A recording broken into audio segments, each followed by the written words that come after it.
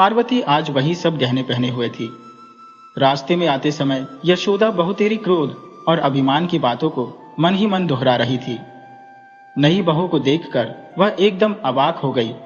कोई भी विद्वेष की बात उसके मन में नहीं रही। केवल अस्फुट स्वर से कहा, यही। पार्वती यशोदा का हाथ पकड़कर घर ले गई। पास में बैठकर एक पंखा हाथ में लेकर कहा, यशोदा, मां के ऊपर इतना क्रोध करना होता है? यशोदा का मुख लज्जा से लाल हो उठा। पार्वती तब सारे गहने एक एक करके यशोदा के अंग में पहनाने लगी। यशोदा ने विस्मित होकर पूछा, ये क्या? कुछ नहीं, सिर्फ मां की साथ। गहना पहनने से यशोदा का शरीर खिल उठा और पहन चुकने पर उसके अधर पर हंसी की रेखा दिखाई दी। सारे शरीर में आभूषण पहनाकर निराभरण पार्वती ने कहा, यशोदा, मां के ऊपर भला क्रोध करना चाहिए? नहीं नहीं, क्रोध कैसा? क्रोध किस पर? सुनो यशोदा, ये तुम्हारे बाप का घर है। इतने बड़े मकान में कितने ही दास दासियों की जरूरत है। मैं भी तो एक दासी हूं।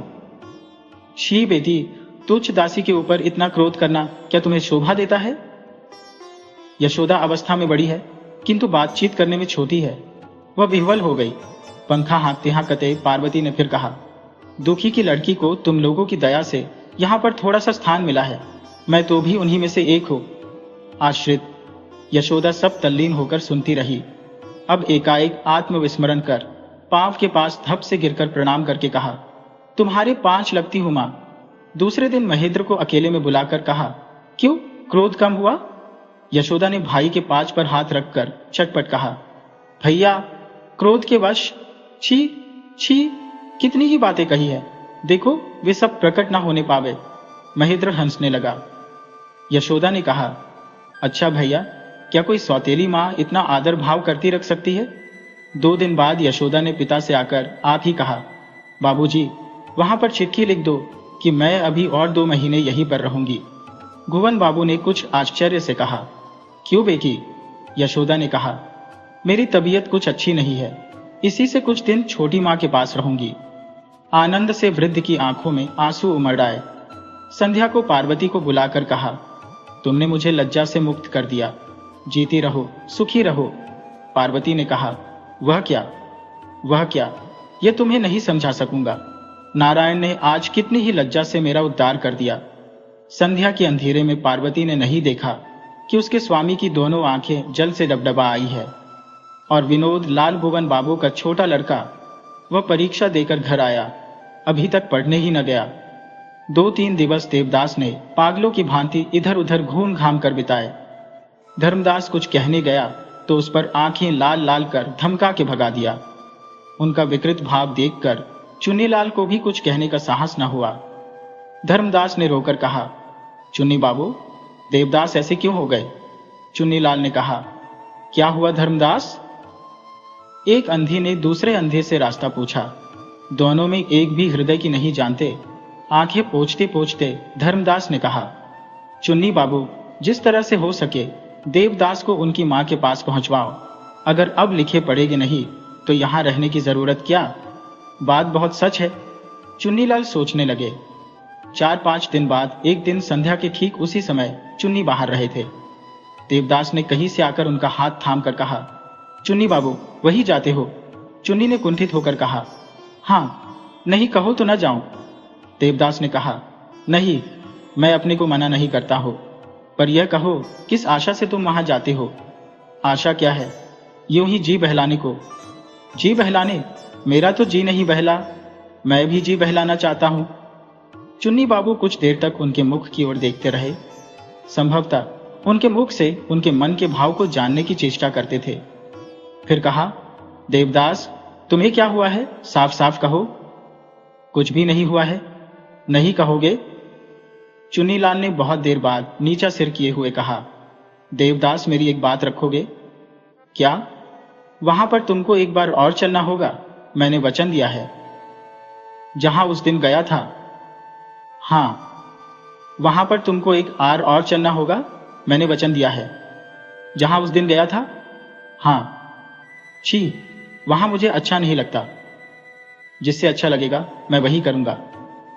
देवदास अन्यमनस्क की भांति कुछ देर चुप रहे, फिर कहा, अच्छा चलो, मैं चलूंगा। अवनति की एक सीढ़ी नीचे उतरकर चुनीलाल न जाने कहां चले गए। अकेले देवदास ही चंद्रमुखी के घर के नीचे के खंड में बैठकर शराब पी रही है।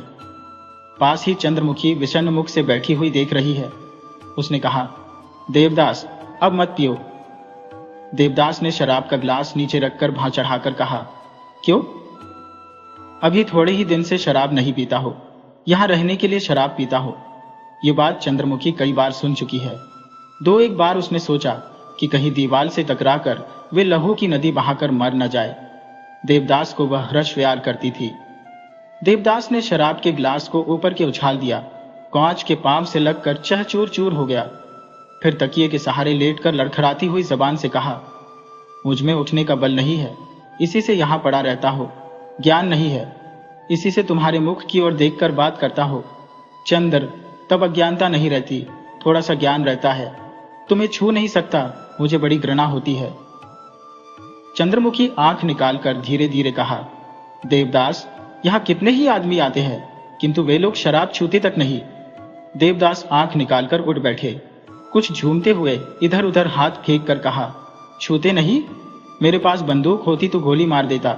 वे लोग मुझसे भी अधिक पापिष्ट है। चंद्रमुखी कुछ देर सोचने लगे, फिर कहा, यदि कभी शराब का पीना छोड़ दूं, यद्यपि छोड़ूंगा नहीं, तो फिर यहां कभी ना आऊंगा। मुझे उपाय मालूम है, पर उन लोगों का क्या होगा? थोड़ा रुककर फिर कहने लगे, बड़े दुख से शराब को अपनाया है। मेरी विपद और दुख की साथीन, अब तुझे कभी नहीं छोड़ सकता। देवदास तकिए के ऊपर मुंह रगड़ने लगे। चंद्रमुखी ने चटपट पास आकर मुख उठा लिया।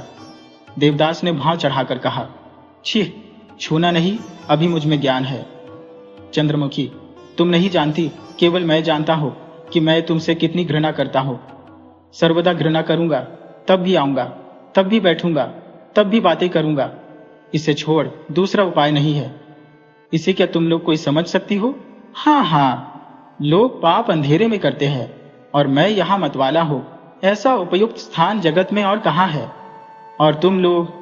देवदास ने दृष्टि ठीक कर कुछ देर तक उसके विषन्न मुख की ओर देखकर कहा, हाँ, सहिष्णुता की प्रतिमूर्ति। लांछना, भर्त्सना, अपमान, अत्याचार, उपद्रव, इस सब को स्त्री सह सकती है। तुम ही इसका उदाहरण हो। फिर चित होकर गए। धीरे धीरे कहने लगे, चंद्रमुखी कहती है कि वह मुझे बहुत हर्षव्यार करती है। मैं यह नहीं चाहता, नहीं चाहता, नहीं चाहता। लोग थिएटर करते हैं, मुख में चूना और कालिक पोतते हैं, भिक्षा मांगते हैं, राजा बनते हैं, हर्षव्यार करते हैं। कितनी ही हर्षव्यार की बातें करते हैं, कितना रोते हैं, मानो सब ठीक है, सत्य है। मेरी चंद्रमुखी थिएटर करती है, मैं देखता हूं, किंतु वह जो बहुत याद आती है, क्षण भर में सब हो गया। वह कहां चली गई और किस रास्ते से मैं आया हूं? अब एक सर्व जीवन व्यापी मस्त अभिनय आरंभ हुआ है, एक घोर तबाला, और यही एक होने दो। हो हर्ज क्या? आशा नहीं है, वही भरोसा है। सुख भी नहीं, साध भी नहीं। वाह, बहुत अच्छा। इसके बाद देवदास करवट बदलकर न जाने क्यों बकचक करने लगे। चंद्रमुखी उन्हें नहीं समझ सकी। थोड़ी देर में देवदास सो गए। चंद्रमुखी उनके पास आकर बैठी, आंचल भिगोकर मुख पोंछ दिया और भीगे हुए तकिए को बदल दिया। एक पंख लेकर कुछ देर हवा की, बहुत देर तक नीचा सिर किए बैठी रही। तब रात के 1 बज गए थे। वह दीपक बुझाकर द्वार बंद कर दूसरे कमरे में चली गई। दोनों भाई द्विजदास और देवदास तथा गांव के बहुत से लोग जमींदार मुखोपाध्याय की अंत्येष्टि क्रिया समाप्त कर घर लौट आए।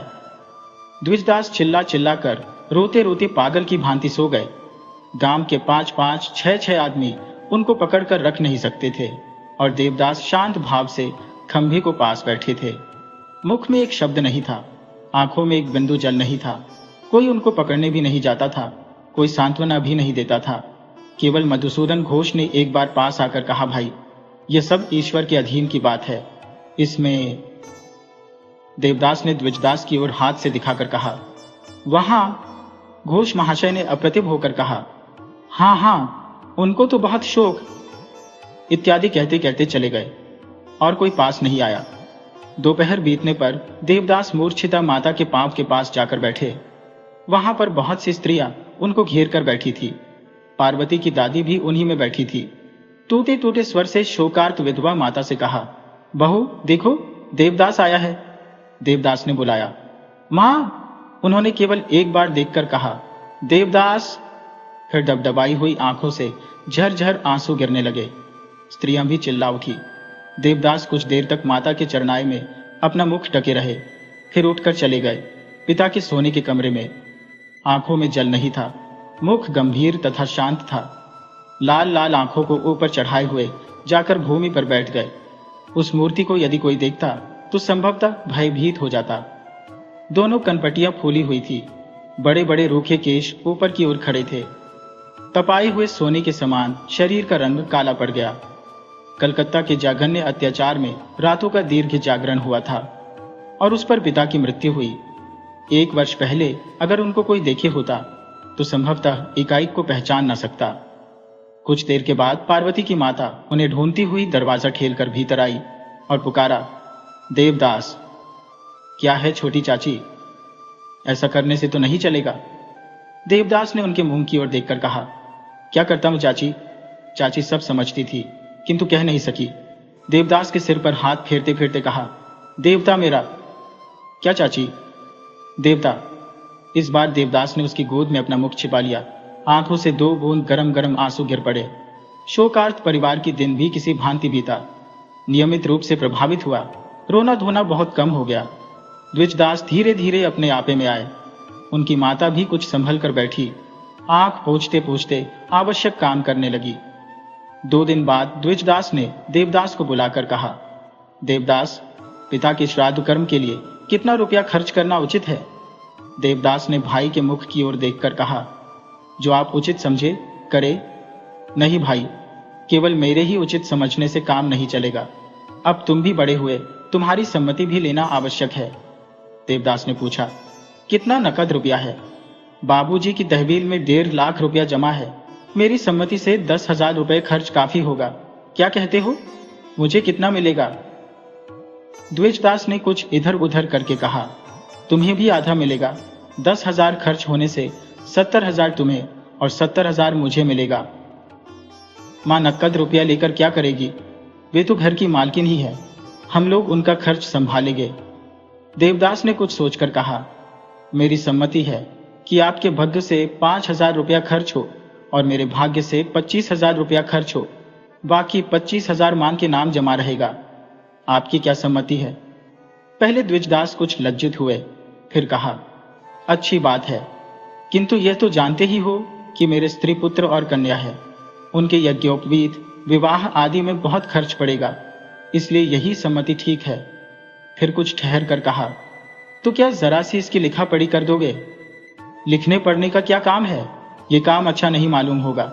मेरी इच्छा है कि रुपये पैसे की बात इस समय छिपी छिपाई रहे। तो अच्छी बात है, किंतु क्या जानते हो भाई? अच्छा, मैं लिखे देता हूं। उसी दिन देवदास ने लिख पढ़ दिया। दूसरे दिन दोपहर के समय देवदास सीढ़ी से नीचे उतर रहे थे। बीच में पार्वती को देखकर रुक गए। पार्वती ने मुख की ओर देखा। देखकर पहचानते हुए उसे क्लेश हो रहा था। देवदास ने गंभीर और शांत मुख से आकर कहा, कब आई पार्वती? वही कंठ स्वर आज 3 वर्ष बाद सुना। सिर नीचा किए हुए पार्वती ने कहा, आज सुबह आई। बहुत दिन से भेंट नहीं हुई, अच्छी तरह से तो रही? पार्वती सिर नीचा किए रही। चौधरी महाशय अच्छी तरह से है? लड़के लड़की सब अच्छी तरह से है? सब अच्छी तरह से है।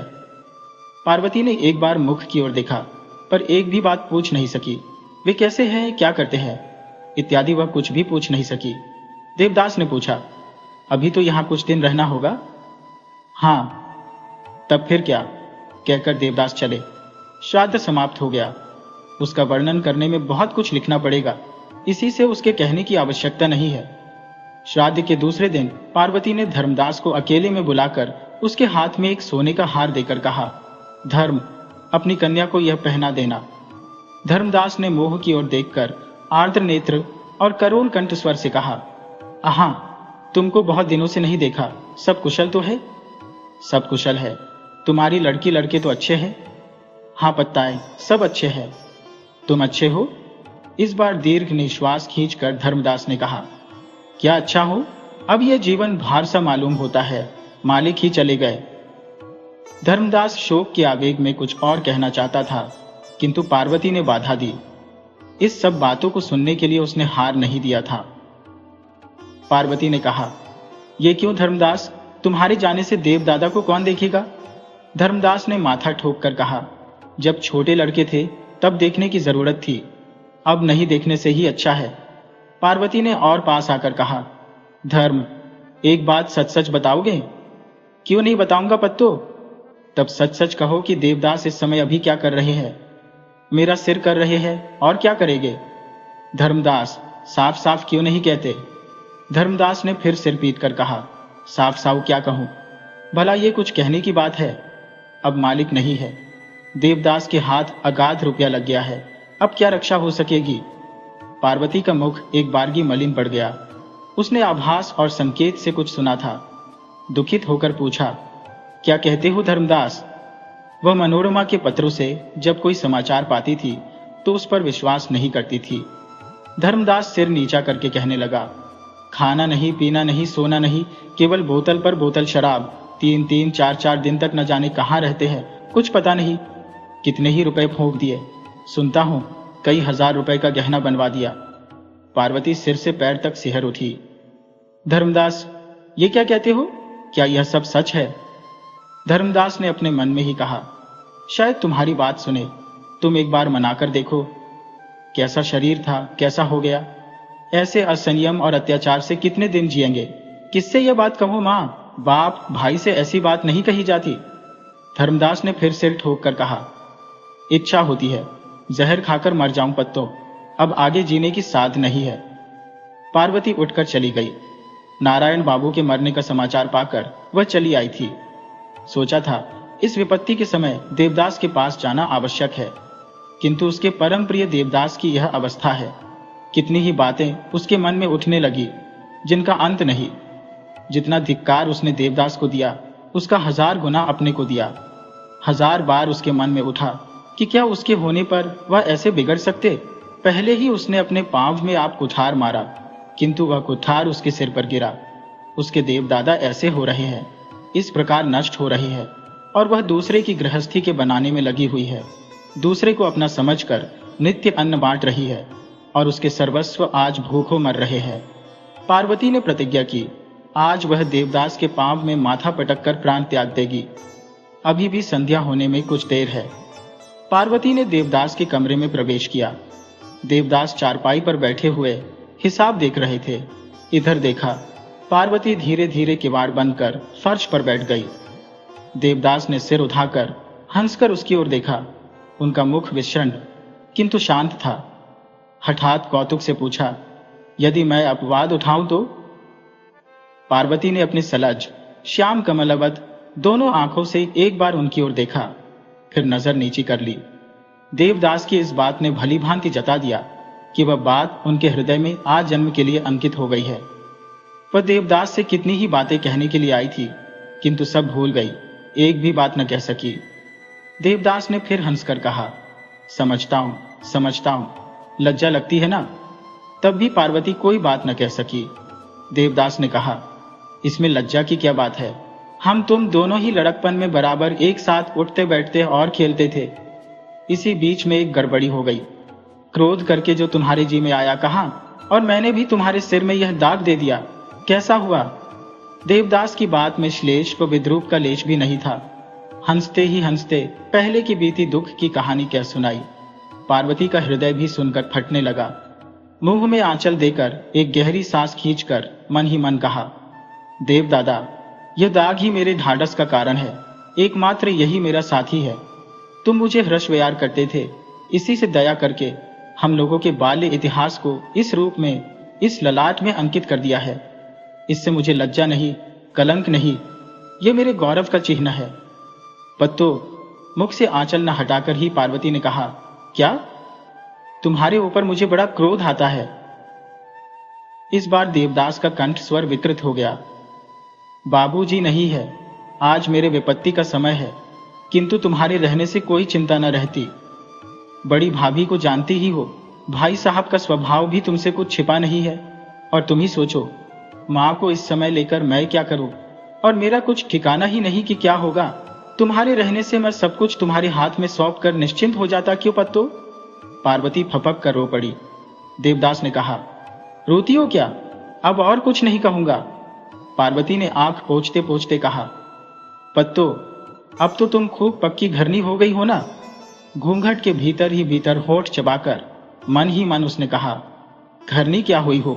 क्या सीमल का फूल कभी देव सेवा में लगता है? देवदास ने हंसते हंसते कहा, बड़ी हंसी आती है। तुम कितनी छोटी थी और अब कितनी बड़ हो गई। बड़ा मकान, बड़ी जमींदारी है, बड़े बड़े लड़की लड़के हैं और सबसे बड़े चौधरी जी। क्यों पत्तो? चौधरी जी पार्वती के लिए बड़ी हंसी की चीज है। उनके ध्यान मात्र आने से उसे हंसी आ जाती है। इतने कष्ट में भी इसी से उसे हंसी आ गई। देवदास ने बनावटी गंभीरता से कहा, क्या एक उपकार कर सकती हो? पार्वती ने मुख उठाकर कहा, क्या? तुम्हारे गांव में कोई अच्छी लड़की मिल सकती है? पार्वती ने खांस कर कहा, अच्छी लड़की? क्या करोगे? मिलने पर विवाह करूंगा। एक बार गृहस्थी बनने की साध होती है। पार्वती ने गंभीरता पूर्वक पूछा, खूब सुंदरी ना? हाँ, तुम्हारी तरह।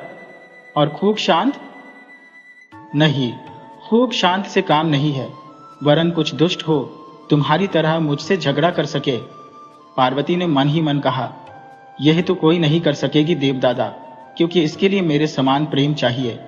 प्रकट में कहा, मैं अभागिन क्या हूं, मेरी ऐसी न जाने कितनी हजार तुम्हारे पांव की धूली लेख अपने को धन्य मानेगी।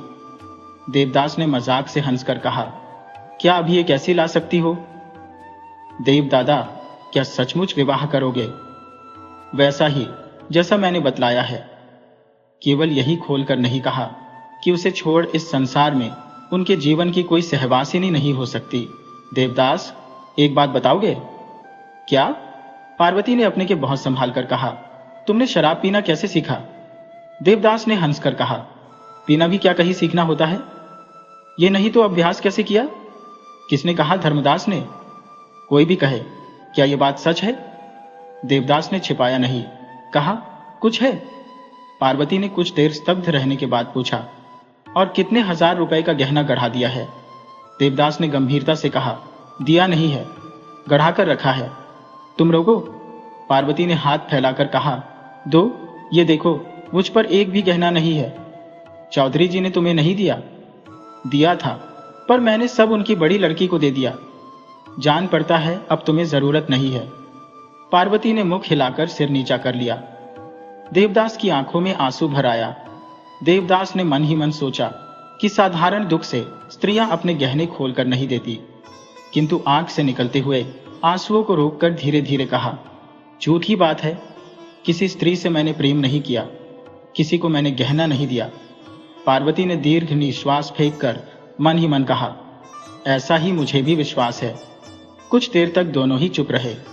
फिर पार्वती ने कहा, किंतु प्रतिज्ञा करो कि अब शराब नहीं पीऊंगा। यह नहीं कर सकता। तुम क्या प्रतिज्ञा कर सकती हो कि तुम मुझे भुला दोगी? पार्वती ने कुछ नहीं कहा। इसी समय बाहर से संध्या की शंख ध्वनि हुई। देवदास ने खिड़की से बाहर देखकर कहा, संध्या हो गई है, अब घर जाओ पत्तो। मैं नहीं जाऊंगी, तुम प्रतिज्ञा करो। क्यों? मैं नहीं कर सकता। क्यों नहीं कर सकते? क्या सभी सब कामों को कर सकते हैं? इच्छा करने से अवश्य कर सकते हैं। तुम मेरे साथ आज रात में भाग सकती हो? पार्वती का हृदय स्पंदन सहसा बंद हो गया, अनजाने में धीरे से निकल गया। यह क्या हो सकता है? देवदास ने जरा चारपाई के ऊपर बैठक कहा, पार्वती, किवाड़ खोल दो। देवदास खड़े होकर धीमे भाव से कहने लगे, पत्तो, क्या जोर देकर प्रतिज्ञा कराना अच्छा है? उससे क्या कोई विशेष लाभ है? आज की हुई प्रतिज्ञा कल शायद न रहेगी। क्यों मुझे झूठा बनाती हो? और भी कुछ क्षण यूं ही निःशब्द बीत गए। इसी समय न जाने किस घर में टन टन करके 9 बजा। देवदास भाव से कहने लगे, पत्तो, द्वार खोल दो। पार्वती ने कुछ नहीं कहा। जा पत्तो, मैं किसी तरह नहीं जाऊंगी, कहकर पार्वती अकस्मात पछाड़ खाकर गिर पड़ी।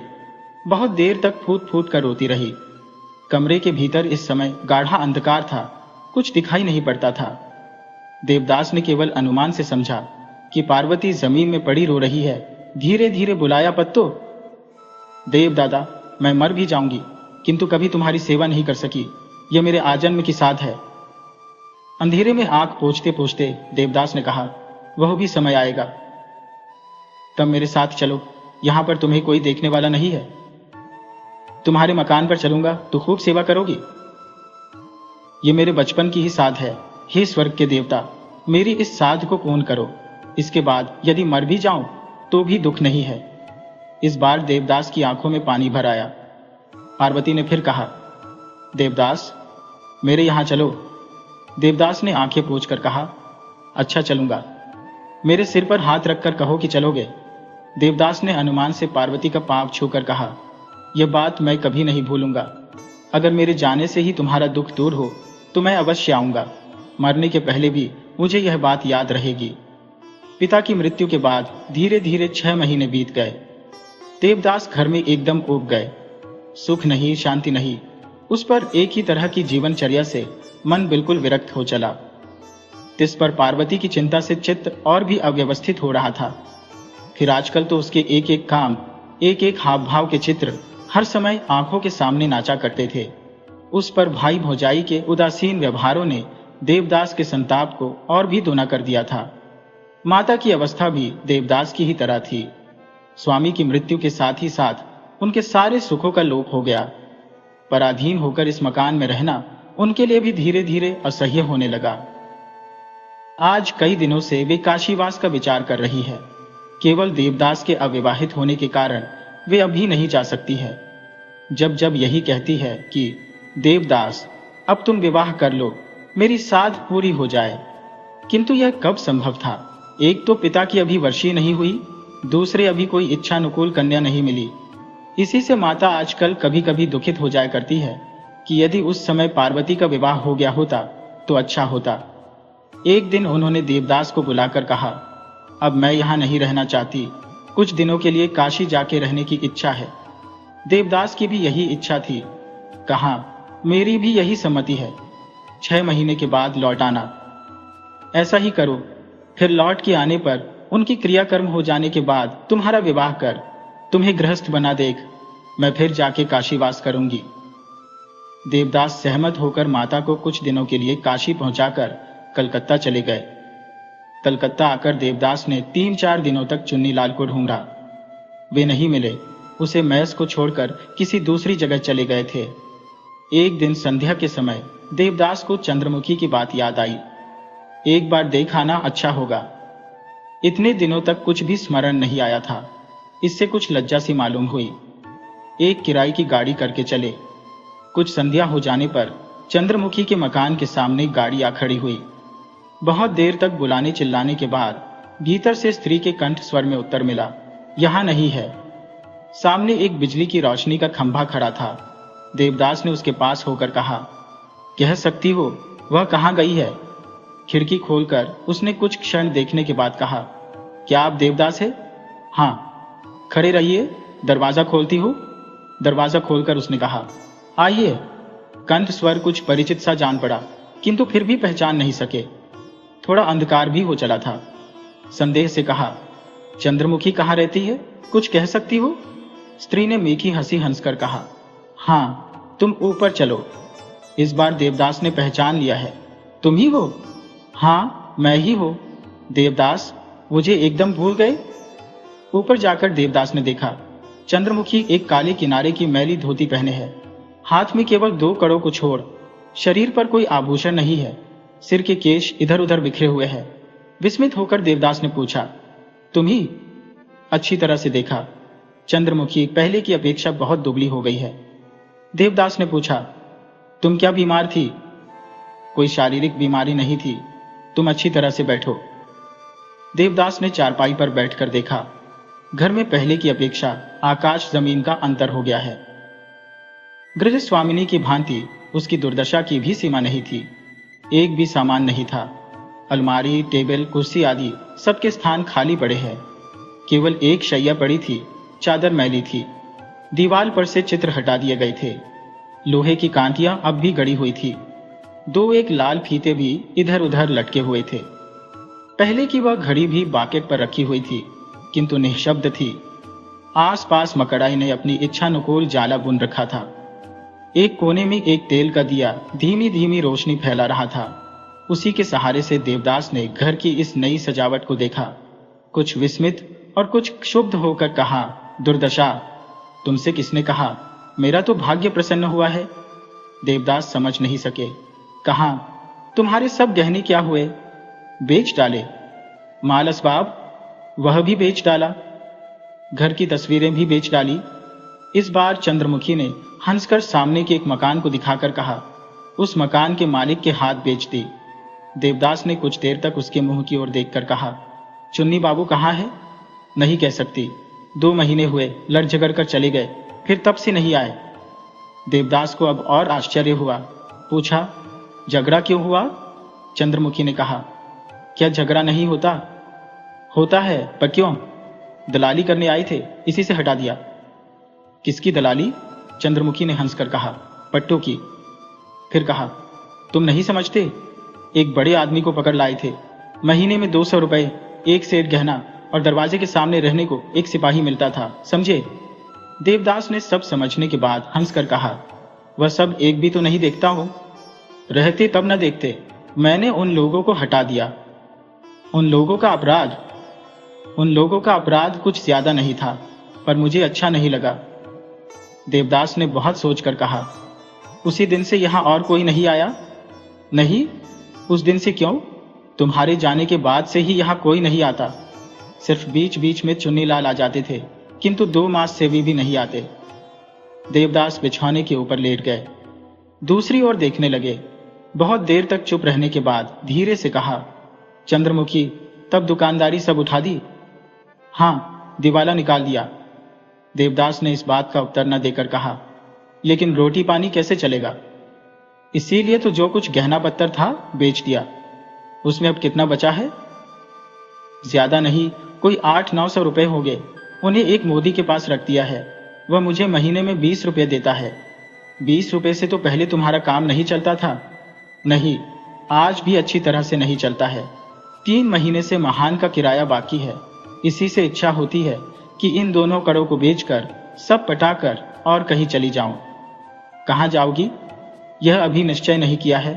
किसी सस्ते देश गवनी गांव में जाऊंगी, जिसमें 20 रुपए महीने में निर्वाह हो जाए। इतने दिन से क्यों नहीं गई? अगर सचमुच ही तुम्हारा और कोई मतलब नहीं था, तो फिर इतने दिन रहकर व्यर्थ कर्ज क्यों बढ़ाया? चंद्रमुखी सिर नीचा करके कुछ सोचने लगी। उसके जीवन भर में बातचीत करने का यह पहला अवसर है। देवदास ने पूछा, चुप क्यों हो? चंद्रमुखी ने शैया के एक ओर संकुचित भाव से बैठकर धीरे धीरे कहा, क्रोध मत करना। जाने के पहले सोचा था कि तुमसे भेंट कर लेना अच्छा होगा। आशा करती थी कि एक बार तुम आओगी। आज तुम आए हो, अब कल ही जाने का उद्योग करूंगी। पर कहाँ जाऊं, कुछ कह सकते हो? देवदास विस्मित होकर उठ बैठे। कहा, सिर्फ मुझे देखने की आशा से रुकी थी। लेकिन क्यों? एक ख्याल, तुम मुझसे बहुत घृणा करते थे। इतनी घृणा किसी ने मुझसे कभी नहीं की, शायद इसीलिए। तुम्हें अब याद है या नहीं, ये मैं नहीं कह सकती, पर मुझे अच्छी तरह स्मरण है कि जिस दिन तुम पहले पहल हाँ पर आए थे, उसी दिन मेरी नजर तुम पर पड़ी। तुम धनी की संतान हो, यह मैं जानती थी, पर धन की आशा से मैं तुम्हारी ओर नहीं खींची थी। तुम्हारे पहले कितने ही लोग यहां पर आए और गए, पर किसी में इतना तेज नहीं पाया। तुमने आने के साथ ही मुझे घायल किया। एक अयाचित, उपयुक्त परंतु अनुचित रूढ़ व्यवहार आरंभ किया। घृणा से मोह फेर लिया और अंत में तमाशे की तरह कुछ देकर चले गए। ये सब बातें क्या तुम्हारे ध्यान में आती है? देवदास चुप रहे। चंद्रमुखी फिर कहने लगी, उसी दिन से मेरी तुम्हारे ऊपर नजर पड़ी। मैं न तुमसे प्रेम करती और न घृणा करती थी। एक नई चीज को देखकर जैसे मन में हमेशा ध्यान बना रहता है, तुमको भी देखकर उसी तरह किसी भांति नहीं भूल सकी। तुम्हारे आने पर बड़े भय और सतर्क के साथ रहती थी, पर न आने से कुछ अच्छा भी नहीं लगता था। फिर जाने कैसा मतिभ्रम हुआ कि इन दोनों आंखों को सभी चीजें एक सी दिखने लगी। मैं पहले की अपेक्षा बिल्कुल बदल गई। जो पहले थी वह अब नहीं रही। फिर तुमने शराब पीना शुरू किया। शराब से मुझे बड़ी घृणा है। किसी के मतवाला होने पर मुझे उस पर बड़ा क्रोध आता है, पर तुम्हारे मतवाला होने से क्रोध नहीं होता था, बल्कि बड़ा दुख होता था। यह कहकर चंद्रमुखी ने देवदास के पांव पर हाथ रखकर डबडबाई हुई आंखों से कहा, मैं बहुत अधम हूँ, मेरे अपराधों पर ध्यान नहीं देना। तुम जितनी ही बातें कहते थे और घृणा करते थे, मैं उतनी ही तुम्हारे पास आना चाहती थी। अंत में सो जाने पर रहने दो, ये बातें नहीं कहूंगी, नहीं तो क्रोध कर बैठोगे। देवदास ने कुछ नहीं कहा। नई तरह बातचीत से उसे कुछ वेदना पहुंचा रही थी। चंद्रमुखी ने छिपा की आंख पोंछकर कहा, एक दिन तुमने कहा कि हम लोग कितना सहन करती है, लांछना, अपमान, जघन्य अत्याचार, उपद्रव की बातें। उसी दिन से मुझे बड़ा अभियान हुआ, मैंने सब बंद कर दिया। देवदास ने बैठकर पूछा, लेकिन यह जीवन कैसे कटेगा? चंद्रमुखी ने कहा, वह तो पहले ही कह चुकी। और सोचो, यदि उसने तुम्हारा सब रुपया दाब रखा तो? चंद्रमुखी इससे भयभीत नहीं हुई। शांत सहज भाव से कहा, आश्चर्य नहीं, किंतु इसे भी मैंने सोच रखा है कि विपत्ति पड़ने पर तुमसे कुछ भीख मांग लूंगी। देवदास ने सोचकर कहा, वह पीछे लेना, अभी और कहीं जाने का उद्योग करो। कल ही करूंगी, कड़ा बेचकर एक बार मोदी से भेंट करूंगी। देवदास ने पॉकेट से 100-100 रुपए के 5 नोट निकालकर तकिए के नीचे रखकर कहा, कड़ा बेचो, सिर्फ मोदी के साथ भेंट कर लेना। पर जाओगी कहां? किसी तीर्थ स्थान में? नहीं देवदास, तीर्थ और धर्म के ऊपर मेरी अधिक श्रद्धा नहीं है। कलकत्ता से अधिक दूर नहीं जाऊंगी, आस ही पास के किसी गांव में जाकर रहूंगी। क्या किसी अच्छे घर में दासी का काम करोगी? चंद्रमुखी की आंखों में फिर आंसू भर आए। पोंछ कर कहा, इच्छा नहीं होती, स्वाधीन भाव से स्वच्छंद होकर रहूंगी। क्यों दुख करने जाऊं? शारीरिक दुख कभी उठाया नहीं है, अब भी नहीं उठा सकूंगी, और अधिक खींचातानी करने से छिन्न भिन्न हो जाऊंगी। देवदास ने विष्णु मुख से कुछ हंसकर कहा, पर शहर के पास रहने से प्रलोभन में पड़ सकती हो, मनुष्य के मन का विश्वास नहीं।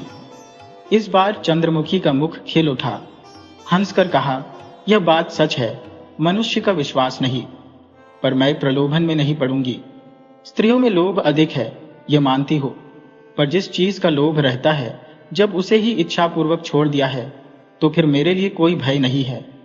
एकाएक अगर किसी झोंक में आकर छोड़ती, तब सावधान होना आवश्यक था, लेकिन इतने समय में एक दिन भी तो पछतावा नहीं हुआ। मैं बड़े सुख से हूं। देवदास ने सिर हिलाकर कहा, स्त्रियों का मन बड़ा चंचल, बड़ा अविश्वासी होता है। इस बार चंद्रमुखी कुछ खिसक कर एकदम पास में आकर बैठी, हाथ पकड़कर कहा, देवदास। देवदास उसके मुंह की ओर देखते रहे। इस बार भी नहीं कह सके कि मुझे मत छुओ।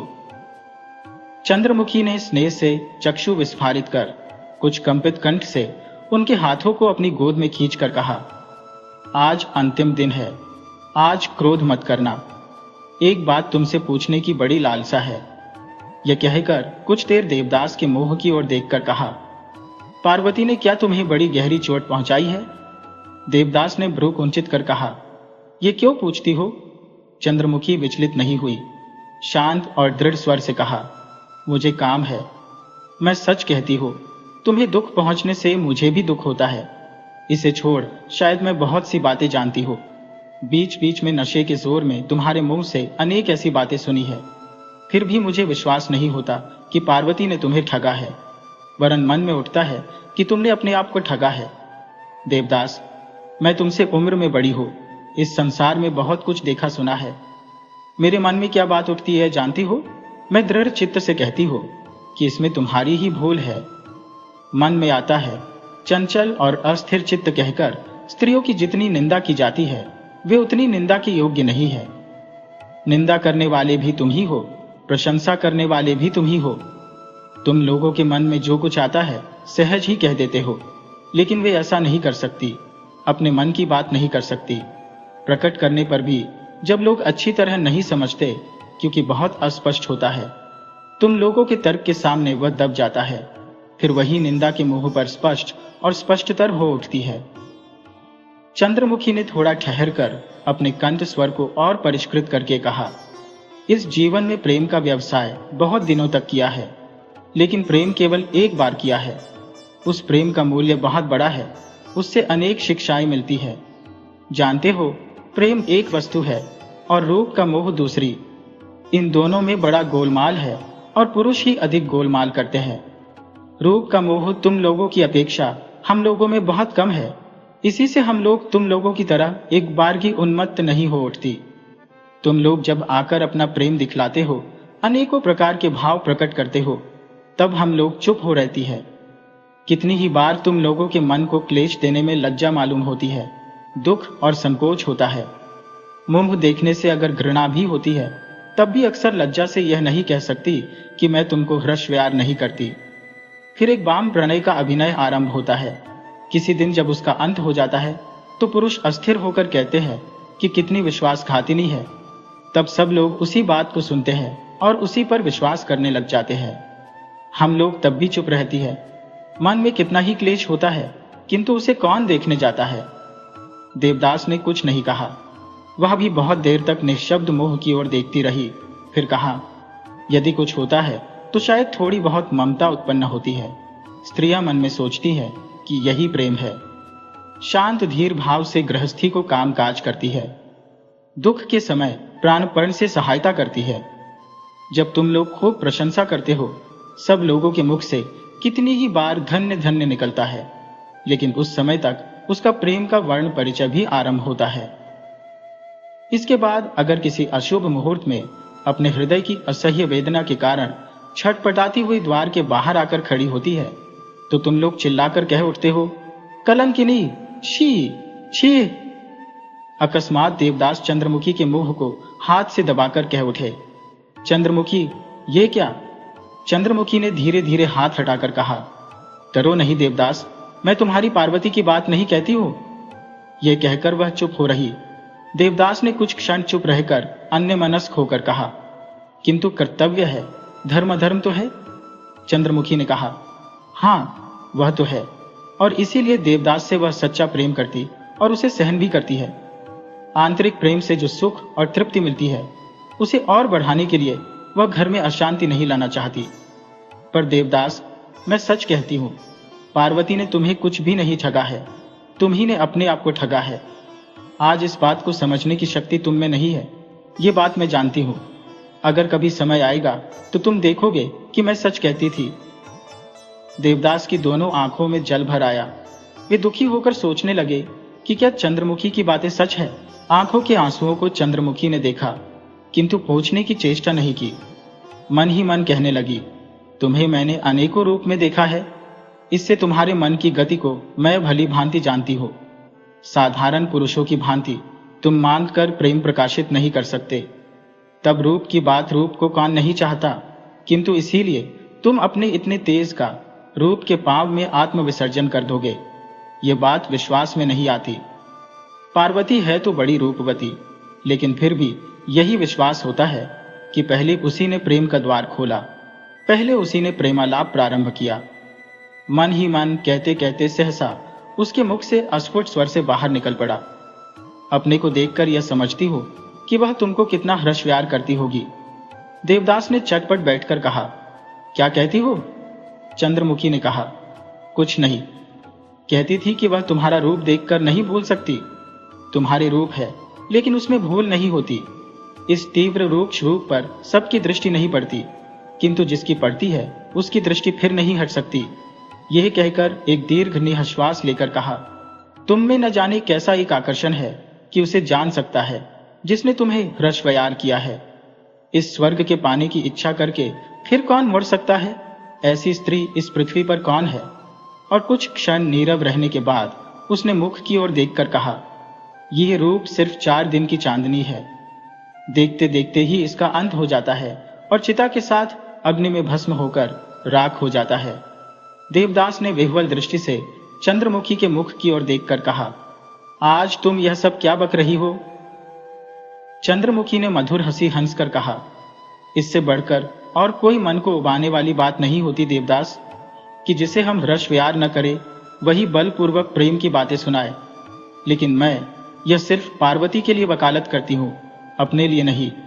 देवदास ने चलने को उद्यत होकर कहा, अब मैं चलूंगा। थोड़ा और बैठो, कभी तुमको संज्ञान नहीं पाया था, कभी इस तरह दोनों हाथ पकड़कर बातचीत नहीं कर सकी थी, ये कैसी तृप्ति है? कहकर वह हठात हंस पड़ी। देवदास ने आश्चर्य से पूछा, हंसी क्यों? कुछ नहीं, सिर्फ एक पुरानी बात की याद आ गई। आज 10 बरस की बात है, जब मैं प्रेम के आवेश में घर छोड़कर चली आई थी। तब मन में होता था कि कितना हर्ष प्यार करो, संभवतः उस समय प्राण भी दे सकती थी।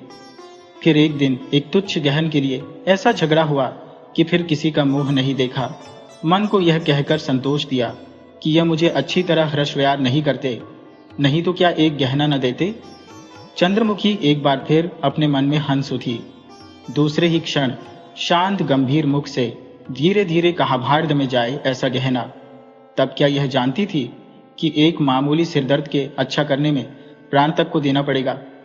तब मैं सीता और दमयंती की व्यथा को नहीं समझती थी, जगाई माधव की कथा पर विश्वास नहीं करती थी। अच्छा देवदास, इस संसार में सभी कुछ संभव है? देवदास कुछ उत्तर नहीं सके। हतबुद्धि की भांति कुछ क्षण देखकर कहा, मैं जाता हूं। डर क्या है, जरा और बैठो।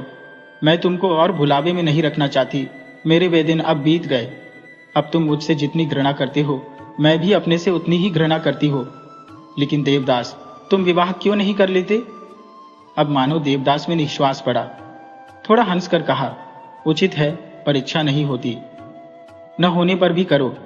स्त्री का मुख देखकर बहुत कुछ शांति पाओगे। इसे छोड़, मेरे लिए भी एक राह खुल जाएगी।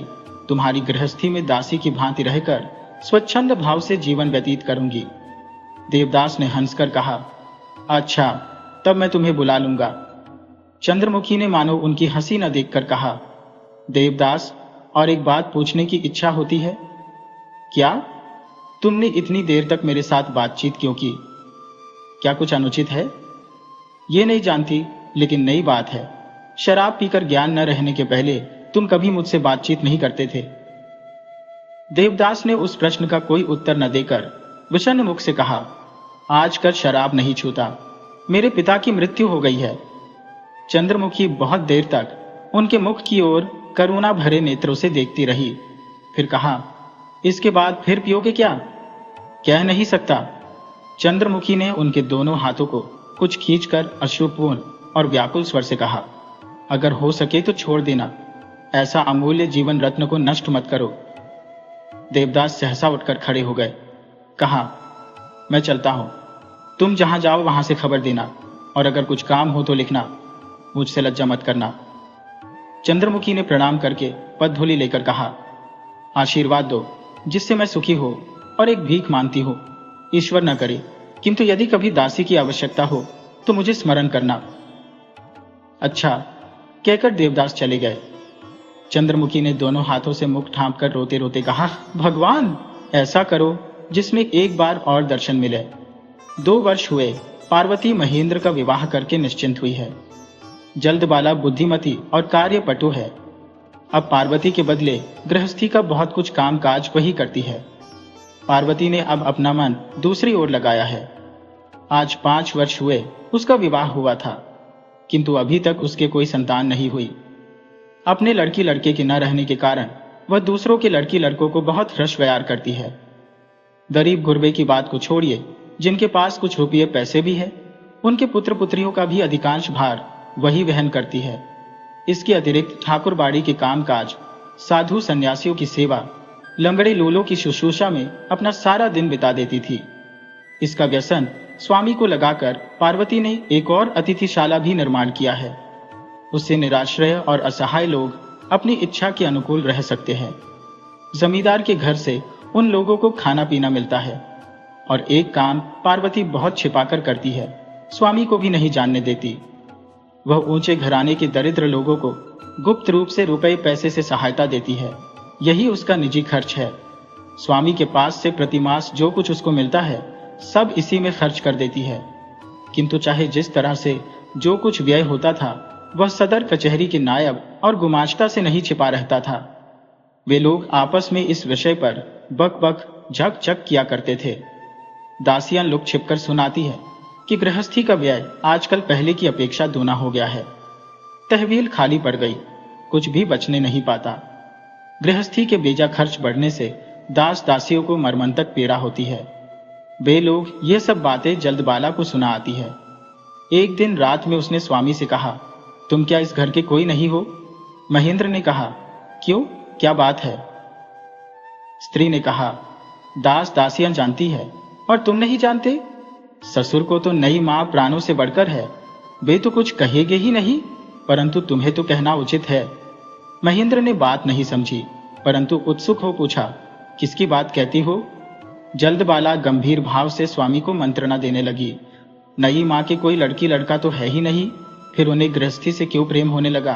देखते ही नहीं हो, सब उड़ाई डालती है। जल्दबाला ने भूकुंचित करके कहा। क्यों, कैसे? जल्दबाला ने कहा, तुम्हारी आंखें होती तो देखते, आजकल गृहस्थी का खर्च दूना हो गया। सदाव्रत, दान खैरात, अतिथि फकीर आदि के ऊपर अंधाधुंध व्यय चढ़ रहा है। अच्छा, वे तो अपना परलोक सुधार रही है, किंतु तुम्हारे लड़की लड़के हैं, तब वे लोग क्या खाएंगे? अपनी पूंजी बिकवाकर अंत में भीख मांगोगे क्या? महेंद्र ने शैया पर बैठकर कहा। तुम किसकी बात कहती हो माँ की? जल्दबाला ने कहा, मेरा भाग्य जल गया, जो ये सब बातें तुमसे मुझे कहनी पड़ती है। महेंद्र ने कहा, इसीलिए तुम माँ के नाम नालिश करने आई हो? जल्दबाला ने क्रोध से कहा, मुझे नालिश मुकदमे से काम नहीं, केवल भीतर की बातें जता दी, नहीं तो मुझी को दोष देते। महेंद्र बहुत देर तक चुपचाप बैठे रहे, फिर कहा, तुम्हारी बाप के घर तो रोज हांडी भी नहीं चढ़ती, तुम जमींदार के घर के काम को क्या जानोगी?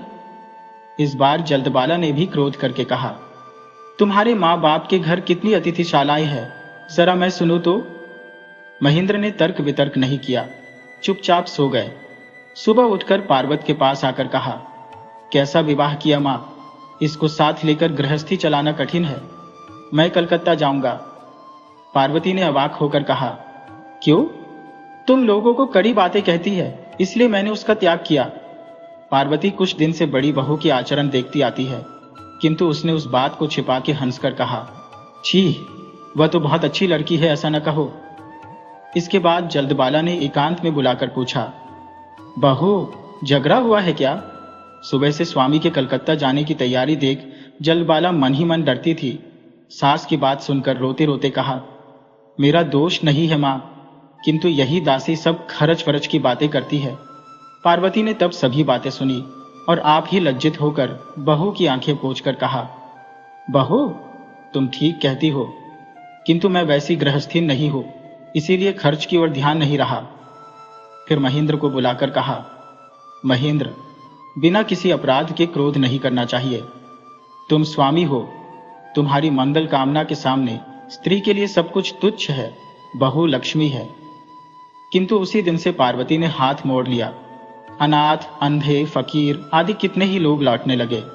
मालिक ने यह सुन पार्वती को बुलाकर कहा, क्या लक्ष्मी का भंडार खाली हो गया? पार्वती ने साहस के साथ उत्तर दिया, केवल देने से ही नहीं चलता, कुछ दिन जमा भी करना चाहिए। देखते नहीं खर्च कितना बढ़ गया है। इससे क्या मतलब, मुझे कै दिन रहना है, पुण्य कर्म करके परलोक तो बनाना ही चाहिए। पार्वती ने हंसकर कहा, यह तो बिल्कुल स्वार्थ की बात है, अपना ही देखोगे और लड़की लड़कों को क्या बहा दोगे? कुछ दिन तक चुप रहो, फिर सब उसी तरह चलेगा। मनुष्य के काम का कभी अंत नहीं होता। अस्तु, चौधरी जी चुप हो रहे।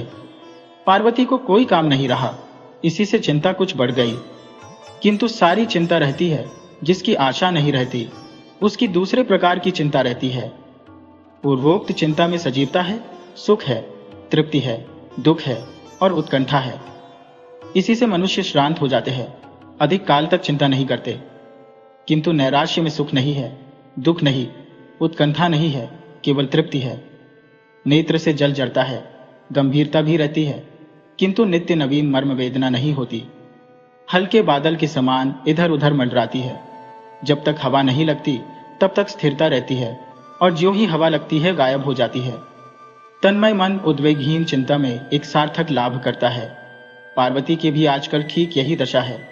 पूजा पाठ करने के समय अस्थिर, उद्देश्यहीन और हताश सी रहती है। मन चटपट तालसोनापुर के बंसीवाड़ी, आम के बगीचे, पाठशाला, घर, बांध के तीर आदि स्थानों में घूम आती है। इसके बाद वह किसी ऐसे स्थान में जा छिपती है कि पार्वती स्वयं अपने आप को ढूंढकर बाहर नहीं निकाल सकती। पहले होठ पर कुछ हंसी की रेखा दिखाई पड़ती है, फिर तत्काल ही आंख से एक बूंद आंसू टपक कर पंचपात्र के जल से मिल जाता है। तब भी दिन कटता ही है। काम काज में, मधुर मधुर बातचीत में, परोपकार और सेवा शुश्रूषा में दिन कटता था, और अब उसे छोड़ ध्यान मग्ना योगिनी की भांति भी कटता है। कोई लक्ष्मी स्वरूपा अन्नपूर्णा कहता था और कोई अन्य मनस्का उन्मादिनी कहता था, किंतु कल सुबह से कुछ और ही परिवर्तन देखा जाता है। वह कुछ तीव्र और कठोर हो गई है। ज्वार की गंगा में हठात भाटा का आरंभ हुआ। घर में कोई इसका कारण नहीं जानता, केवल हम लोग जानते हैं। मनोरमा ने गांव से एक चिट्ठी लिखी है। वह निम्न भांति है, पार्वती, बहुत दिन हुए हम दोनों में से किसी ने किसी को चिट्ठी नहीं लिखी, अतएव दोनों ही का दोष है। मेरी इच्छा है कि इसे मिटा दिया जाए। हम दोनों को दोष स्वीकार कर अभिमान कम करना चाहिए, किंतु मैं बड़ी हूं, इसीलिए मैं ही मान की भिक्षा मांगती हूं। आशा है शीघ्र उत्तर दोगी। आज प्रायः 1 महीना हुआ मैं यहाँ आई हूँ। हम लोग गृहस्थ घर की लड़कियां हैं, शारीरिक दुख सुख पर उतना ध्यान नहीं देती। मरने पर कहती है गंगा लाभ हुआ, और जीते रहने पर कहती है कि अच्छी है।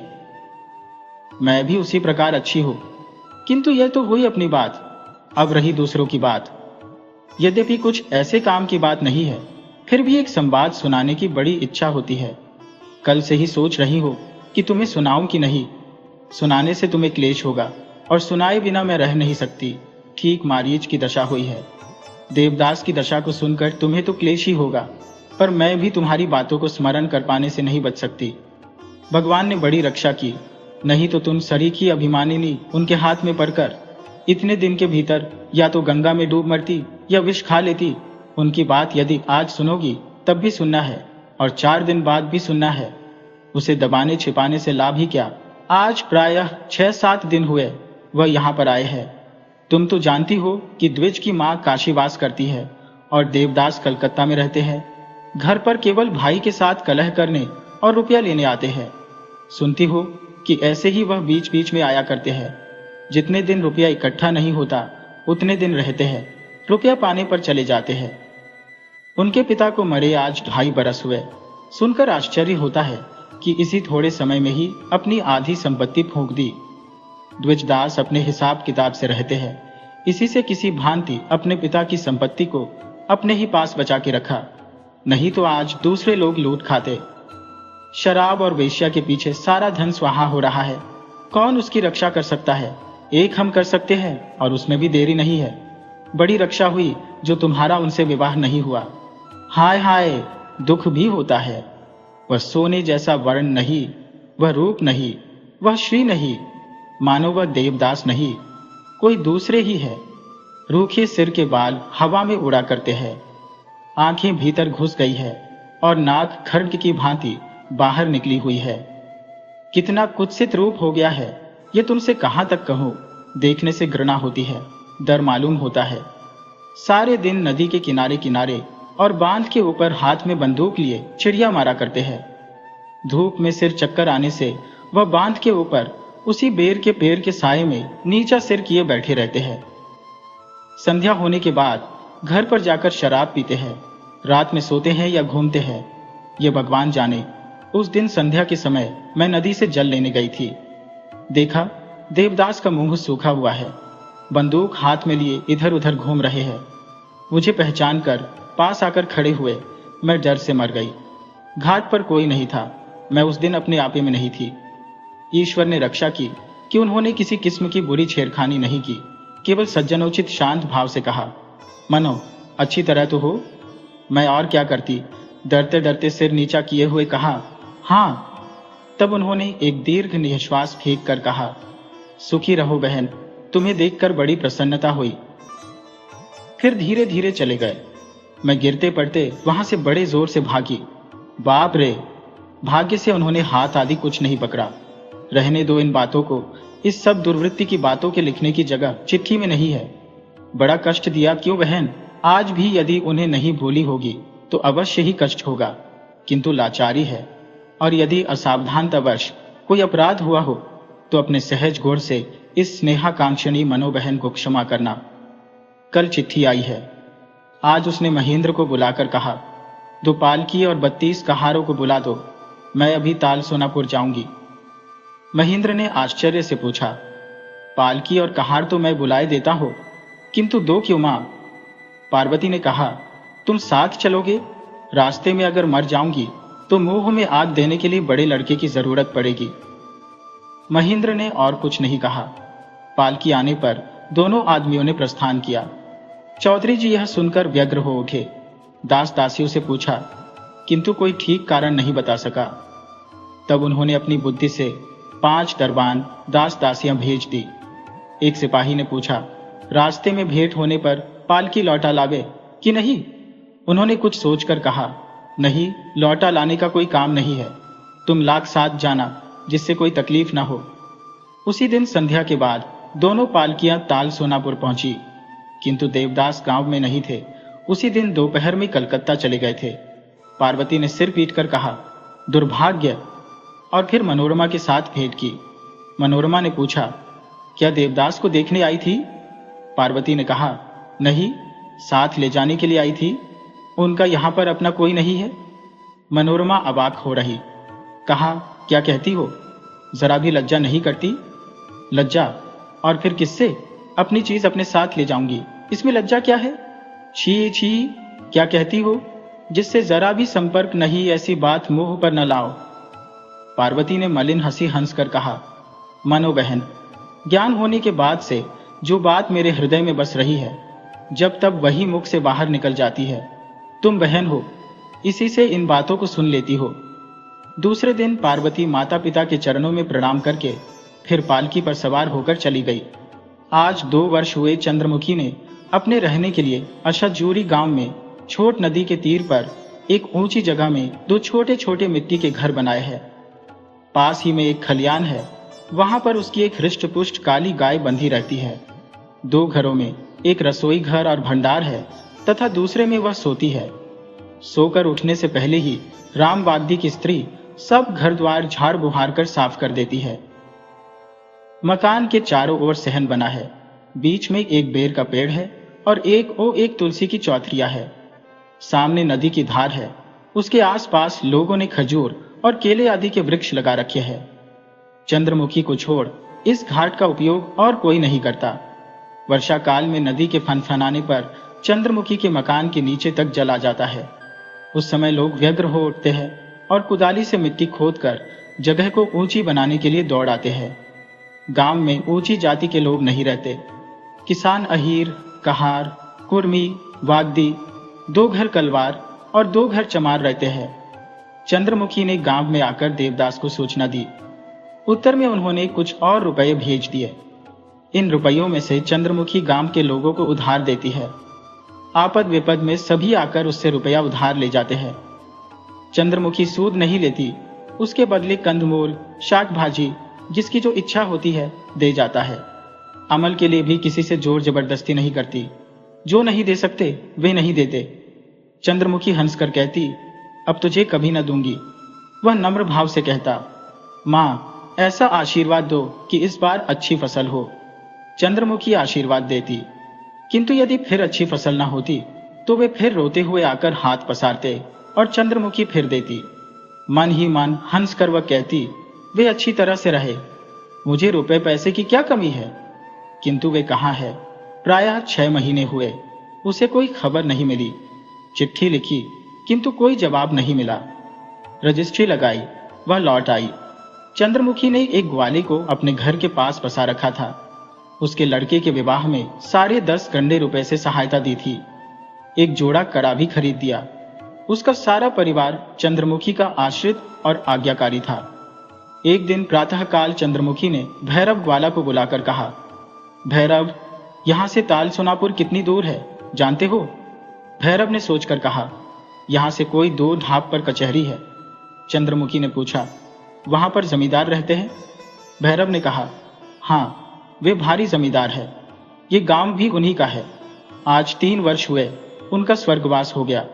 उनके श्राद्ध में सारी प्रजा ने 1 महीने तक पूरी तरकारी खाई थी। अब उनके 2 लड़के हैं। वे लोग बहुत भारी आदमी है, राजा है। चंद्रमुखी ने पूछा, भैरव, तुम मुझे वहां तक पहुंचा सकते हो? भैरव ने कहा, क्यों नहीं पहुंचा सकता, जिस दिन इच्छा हो चलो। चंद्रमुखी ने उत्सुक होकर कहा, तब चलो न भैरव, मैं आज ही चलूंगी। भैरव ने विस्मित होकर कहा, आज ही? फिर चंद्रमुखी के मुख की ओर देखकर कहा, तो तुम जल्दी से रसोई पानी से निबट लो और मैं भी तब तक थोड़ी फरूही बांध कर आता हूं। चंद्रमुखी ने कहा, आज मैं रसोई करूंगी नहीं, भैरव, तुम फरूही लेकर आओ। भैरव घर पर गया और कुछ फरूही चादर में बांधकर एक लाठी हाथ में लेकर तुरंत लौट आया। कहा, तब चलो, पर क्या खाओगी नहीं? चंद्रमुखी ने कहा, नहीं भैरव, अभी मेरा पूजा पाठ नहीं हुआ है, अगर समय पाऊंगी तो वहीं पर सब करूंगी। भैरव आगे आगे रास्ता दिखलाता हुआ चला। पीछे पीछे चंद्रमुखी बड़े कष्ट के साथ पगडंडी के ऊपर चलने लगी। अभ्यास न रहने के कारण दोनों कोमल पांव क्षत विक्षत हो गए। धूप के कारण सारा मुख लाल हो उठा। खाना पीना कुछ न होने पर भी चंद्रमुखी खेत पर खेत पार करती हुई चलने लगी। खेतिहर किसान लोग आश्चर्यित होकर उसके मुख की ओर देखते थे। चंद्रमुखी एक लाल पाड़ की साड़ी पहने हुई थी। हाथ में 2 सोने के कड़े पड़े हुए थे। सिर पर ललाट तक घूंघट था और सारा शरीर एक मोटे बिछाने की चादर से ढंका हुआ था। सूर्यदेव के अस्त होने में अब और अधिक विलंब नहीं है। उसी समय दोनों गांव में आकर उपस्थित हुए। चंद्रमुखी ने थोड़ा हंसकर कहा, भैरव, तुम्हारा 2 ढाब इतनी जल्दी कैसे समाप्त हो गया? भैरव ने इस परिहास को न समझकर सरल भाव से कहा, इस बार तो चली आई, पर क्या तुम्हारी सूखी देह आज ही फिर लौटकर चल सकेगी? चंद्रमुखी ने मन ही मन कहा, आज क्या, जान पड़ता है कल भी ऐसे इतना रास्ता नहीं चल सकूंगी। प्रकाश ने कहा, भैरव, क्या यहां गाड़ी नहीं मिलेगी? भैरव ने कहा, मिलेगी क्यों नहीं, बैलगाड़ी मिलेगी, कहो तो ठीक करके ले आवे। गाड़ी ठीक करने का आदेश देकर चंद्रमुखी ने जमींदार के घर में प्रवेश किया। भैरव गाड़ी का प्रबंध करने दूसरी ओर चला गया। भीतर ऊपरी खंड में दालान में बड़ी बहू बैठी थी। एक दासी चंद्रमुखी को वहीं लेकर आई। दोनों ने एक दूसरे को एक बार ध्यानपूर्वक देखा। चंद्रमुखी ने नमस्कार किया। बड़ी बहू शरीर पर अधिक अलंकार नहीं धारण करती, किंतु आंखों के कोण पर अहंकार झलका करता है। दोनों होठ और दांत पान और मिस्सी से काले पड़ गए हैं। गाल कुछ ऊपर उठे हुए हैं और सारा चेहरा भरा पूरा। केशों को इस प्रकार सजाकर बांधती है कि कपाल जगमगा उठता है। दोनों कानों में मिलाकर कोई 20-30 छोटी बड़ी बालियां बड़ी है। नाक के नीचे एक बुलाक लटकता है। नाक के एक ओर लॉक पहने हैं। जान पड़ता है ये सुराख नथ पहनने के लिए बना है। चंद्रमुखी ने देखा, बड़ी बहू बहुत मोटी सोती है। रंग विशेष श्याम है। आंखें बड़ी बड़ी है। गोल गठन का मुख है। काले पाट की साड़ी पहने है और एक नारंगी रंग की कुर्ती पहने है। ये सब देख चंद्रमुखी के मन में कुछ घृणा सी उत्पन्न हुई। बड़ी बहू ने देखा कि चंद्रमुखी के वयस्क होने पर भी उसका सौंदर्य कम नहीं हुआ है। दोनों ही संभवतः समवयस्क है, किंतु बड़ी बहू ने मन ही मन इसे स्वीकार नहीं किया। इस गांव में पार्वती के अतिरिक्त इतना सौंदर्य और किसी में नहीं देखा। आश्चर्यित होकर पूछा, तुम कौन हो? चंद्रमुखी ने कहा, मैं आपकी ही एक प्रजा हूं। खजाने की मालगुजारी कुछ बाकी पड़ गई थी, उसी को देने आई हो। बड़ी बहू ने मन ही मन प्रसन्न होकर कहा, तो यहां क्यों आई? कचहरी में जाओ। चंद्रमुखी ने मीठी हंसी हंसकर कहा, मां, मैं बड़ी दुखिया हूं, सब रुपया नहीं दे सकती। सुना है कि आप बड़ी दयावती है, इसी से आपके पास आई हो कि कुछ माफ कर दे। इस प्रकार की बात बड़ी बहू ने अपने जीवन में पहली ही बार सुनी। उनमें दया है, मालगुजारी माफ कर सकती है आदि कहने के कारण चंद्रमुखी तत्काल ही उनकी प्रिय पात्री हो गई। बड़ी बहू ने कहा, दिन भर में कितने ही रुपये मुझे छोड़ने होते हैं, कितने ही लोग मुझे आकर पकड़ते हैं, मैं ना ही नहीं कर सकती, इसलिए सभी मेरे ऊपर क्रोध भी करते हैं। तो तुम्हारा कितना रुपया बाकी पड़ता है? अधिक नहीं, कुल 2 रुपए, पर मेरे लिए यही 2 रुपए पहाड़ा हो रहे हैं। सारे दिन आज रास्ता चलकर यहाँ आई हो। बड़ी बहू ने कहा, आहा, तुम दुखिया हो, तुम्हारे ऊपर मुझे दया करनी उचित है। ए बिंदु, इनको बाहर लिए जाओ। दीवान जी से मेरा नाम लेकर कह देना कि 2 रुपए माफ कर दे। अच्छा, तुम्हारा घर कहाँ है? चंद्रमुखी ने कहा, आपके ही राज्य में, आशियाजूरी गांव में। अच्छा मां, क्या छोटे मालिक नहीं है? बड़ी बहू ने कहा, अब हागी, छोटा मालिक कौन है? 2 दिन बाद सब मेरा ही तो होगा। चंद्रमुखी ने उद्विग्न होकर पूछा, क्यों? जान पड़ता है छोटे बाबू पर खूब कर्ज है। बड़ी बहू ने थोड़ा हंसकर कहा, मेरे यहाँ कई गांव बंधक है, अब तक तो सब बिक गया होता। कलकत्ता में शराब और वेश्या के पीछे सारा धन लुटाए डाल रहे हैं, उसका कोई हिसाब नहीं, कोई अंत नहीं। चंद्रमुखी का मुख सूख गया। थोड़ा ठहर कर उसने पूछा, हाँ माँ, तो छोटे बाबू इसी से घर भी नहीं आते? बड़ी बहू ने कहा, आते क्यों नहीं है, जब रुपये की जरूरत पड़ती है तो आते हैं, उधार काटते हैं, जमीन बंधक रखते हैं, फिर चले जाते हैं। अभी 2 महीने हुए आए थे, बाहर 1000 रुपये ले गए। बचने की भी तो उम्मीद नहीं है, शरीर में कई एक बुरे रोग लग गए हैं। छी छी। चंद्रमुखी सिहर उठी। मलिन मुख से उसने पूछा, वे कलकत्ता में कहाँ रहते हैं? बड़ी बहू ने सिर ठोककर प्रसन्न मुख से कहा, बड़ी बुरी दशा है। ये क्या कोई जानता है कि कहाँ, किस होटल में रहते हैं, किस दोस्त के मकान में पड़े रहते हैं? ये वही जाने या उनका दुर्भाग्य जाने। चंद्रमुखी सहसा उठ खड़ी हुई और बोली, अब मैं जाती हूँ। बड़ी बहू ने थोड़ा आश्चर्यित होकर कहा, जाओगी? अरे ओ बिंदु। चंद्रमुखी ने बीच में ही बाधा देकर कहा, ठहरो मां, मैं खुद ही कचहरी जाती हूँ। ये कहकर वह धीरे धीरे चली गई। घर के बाहर देखा, भैरव आसरा देख रहा है और बैलगाड़ी एक किनारे खड़ी है। उसी रात को चंद्रमुखी घर लौट आई। प्रातःकार भैरव को फिर बुलाकर कहा, भैरव, मैं आज कलकत्ता जाऊंगी।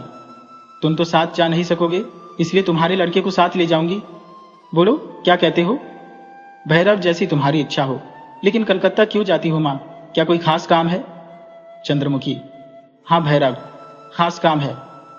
भैरव, और जाओगी कब? चंद्रमुखी, यह नहीं कह सकती भैरव, अगर हो सका तो जल्दी ही आऊंगी और नहीं तो देर लगेगी, और अगर नहीं आ सकी तो घर द्वार सब तुम्हारा ही होगा। पहले तो भैरव अवाक हो गया, फिर उसकी दोनों आंखों में जल भर आया। कहा, यह कैसी बात कहती हो मां, तुम्हारे ना आने से इस गांव के लोग कैसे रह सकेंगे? चंद्रमुखी के नेत्र भी सजल हो उठे। थोड़ी मीठी हंसी हंसकर कहा, यह क्यों भैरव, मैं तो कुल 2 ही वर्ष से आई हूं, इसके पहले तुम लोग कैसे रहते थे? इसका उत्तर मूर्ख भैरव नहीं दे सकता, किंतु चंद्रमुखी हृदय में सब कुछ समझती थी। भैरव का लड़का केवला उसके साथ जाएगा। गाड़ी पर आवश्यक चीज वस्तु लाद कर चलने के समय सभी स्त्री पुरुष देखने आए, देखकर रोने लगे। चंद्रमुखी भी अपनी आंखों के आंसू नहीं रोक सकी। नाच हो ऐसे कलकत्ता का, यदि देवदास न होते तो कलकत्ता में रानी का पद मिलने पर भी चंद्रमुखी ऐसे प्रेम तृणवत त्याग कर कभी न जा सकती। दूसरे दिन वह क्षेत्रमणि के घर पर आ उपस्थित हुई। उसके पहले घर में इस समय दूसरे लोग रहते थे। क्षेत्रमणि अवाक हो गया। पूछा, बहन, इतने दिनों तक कहाँ थी? चंद्रमुखी ने सत्य बात को छिपाकर कहा, इलाहाबाद थी। क्षेत्रमणि ने एक बार अच्छी तरह से सारा शरीर देखकर कहा, तुम्हारे सब गहने क्या हुए बहन? चंद्रमुखी ने हंसकर संक्षेप में उत्तर दिया, सब है। उसी दिन मोदी से भेंट करके कहा, दयाल, मेरे कितने रुपये चाहिए? दयाल बड़ी विपद में पड़ा। कहा, यही कोई 60-70 रुपये चाहिए। आज नहीं, 2 दिनों के बाद दूंगा। तुम्हें कुछ न देना होगा, यदि मेरा एक काम कर दो। कौन काम? 2-3 दिन के भीतर ही हम लोगों के मोहल्ले में एक किराए का घर ठीक कर दो, समझे? दयाल ने हंसकर कहा, समझा। अच्छा घर हो, अच्छे अच्छे बिछौने चादर, चारपाई, लैंप, 2 कुर्सियां, 1 टेबल हो, समझे? दयाल ने सिर नीचा कर लिया। साड़ी, कुर्ती, श्रृंगारदान, अच्छे गिलट के गहने आदि कहाँ मिल सकते हैं? दयाल मोदी ने ठिकाना बता दिया। चंद्रमुखी ने कहा, तब वह सब भी एक सेठ अच्छा सा देखकर खरीदना होगा। मैं साथ चलकर पसंद कर लूंगी। फिर हंसकर कहा, मुझे जो जो चाहिए सो तो जानते ही हो, एक दासी भी ठीक करनी होगी। दयाल ने कहा, कब चाहिए? जितना जल्द हो सके, 2-3 दिन के भीतर ही ठीक होने से अच्छा होगा। ये कहकर उसके हाथ में 100 रुपये का नोट रखकर कहा, अच्छी अच्छी चीजें ले आना, सस्ती नहीं देखना। तीसरे दिन वह नए घर चली गई। सारा दिन केवल राम को साथ लेकर अपनी इच्छानुसार घर को सजाया एवं संध्या के पहले अपने को सजाने बैठी। साबुन से मुंह धोया, इसके बाद पाउडर लगाया, लाल रंग से पामों को रंगा और पान खाकर होठ रंगे। फिर सारे अंगों में आभूषण धारण किए, कुर्ती और साड़ी पहनी। बहुत दिन बाद आज केश संवार कर सिर में टीका लगाया। आईने में मुंह देखकर मन ही मन कहा, अब और न जाने और क्या क्या भाग्य में बदा है। देहाती बालक केवल राम ने यह साज बाज और पोशाक देखकर भीत भाव से पूछा, ये क्या बहन? चंद्रमुखी ने हंसकर कहा, केवल आज मेरे पति आवेगे। केवल राम विस्मय नेत्रों से देखता रहा। संध्या के बाद क्षेत्रमणि आया। पूछा, बहन, अब यह सब क्या? चंद्रमुखी ने मुख नीचा कर हंसकर कहा, क्यों, ये सब अब नहीं चाहिए? क्षेत्रमणि कुछ देर चुपचाप देखता रहा, फिर कहा, जितनी उम्र बढ़ती जाती है उतना ही सौंदर्य भी बढ़ता जाता है। वह चला गया। चंद्रमुखी आज बहुत दिनों बाद फिर खिड़की पर आकर बैठी, एक तक रास्ते की ओर देखती रही। यही उसका काम है, यही करने वह आई है। जितने दिन वह यहाँ रहेगी उतने दिन यही करेगी। कोई कोई नए आदमी आना चाहते थे, द्वार ठेलते थे, किंतु उसी समय केवलराम कहता था, यहाँ नहीं आना। पुराने परिचित लोगों में से यदि कोई आता तो चंद्रमुखी बैठकर हंस हंस कर बातें करती। बात ही बात में देवदास की बात पूछता। जब वे न बता सकते तो उदास मन से विदा कर देती। रात अधिक बीतने पर स्वयं बाहर निकल जाती थी। मोहल्ले मोहल्ले द्वार द्वार घूमती फिरती छिपकर लोगों की बातें कान देकर सुनती। कुछ लोग अनेकों प्रकार की बातें करते थे, किंतु वह जो सुनना चाहती थी वह कहीं नहीं सुन जाती थी। आते जाते हुए लोगों में से वह बहुतों को देवदास समझकर पास जाती थी, किंतु जब किसी दूसरे को देखती थी तो धीरे से लौट आती थी। दोपहर के समय वह अपनी पुरानी साथिनों के घर जाती। बात ही बात में पूछती, क्यों, देवदास के विषय में भी कुछ जानती हो? वह पूछती, कौन देवदास? चंद्रमुखी उत्सुक भाव से परिचय देने लगती। गोरा रंग है, सिर पर घुंघराले बाल है, ललाट के एक ओर चोट का दाग है, धनी आदमी है, बहुत रुपया खर्च करते हैं। क्या तुम पहचानती हो? कोई पता नहीं बता सकता था। हताश होकर उदास मन से चंद्रमुखी घर लौट आती थी। बड़ी रात तक रास्ते की ओर देखती रहती थी। नींद आने पर विरक्त भाव से मन ही मन कहती, ये क्या तुम्हारे सोने का समय है? इस तरह 1 महीना बीत गया। केवलराम भी ऊब उठा। चंद्रमुखी को स्वयं पर संदेह होने लगा कि वे यहां पर नहीं है। फिर भी आशा भरोसा में दिन पर दिन बीतने लगे। कलकत्ता आए हुए 1.5 महीना हो गया। आज उसके ब्रह्म प्रसन्न हुए। रात के 11 बज गए थे। हताश मन से वह घर लौट रही थी।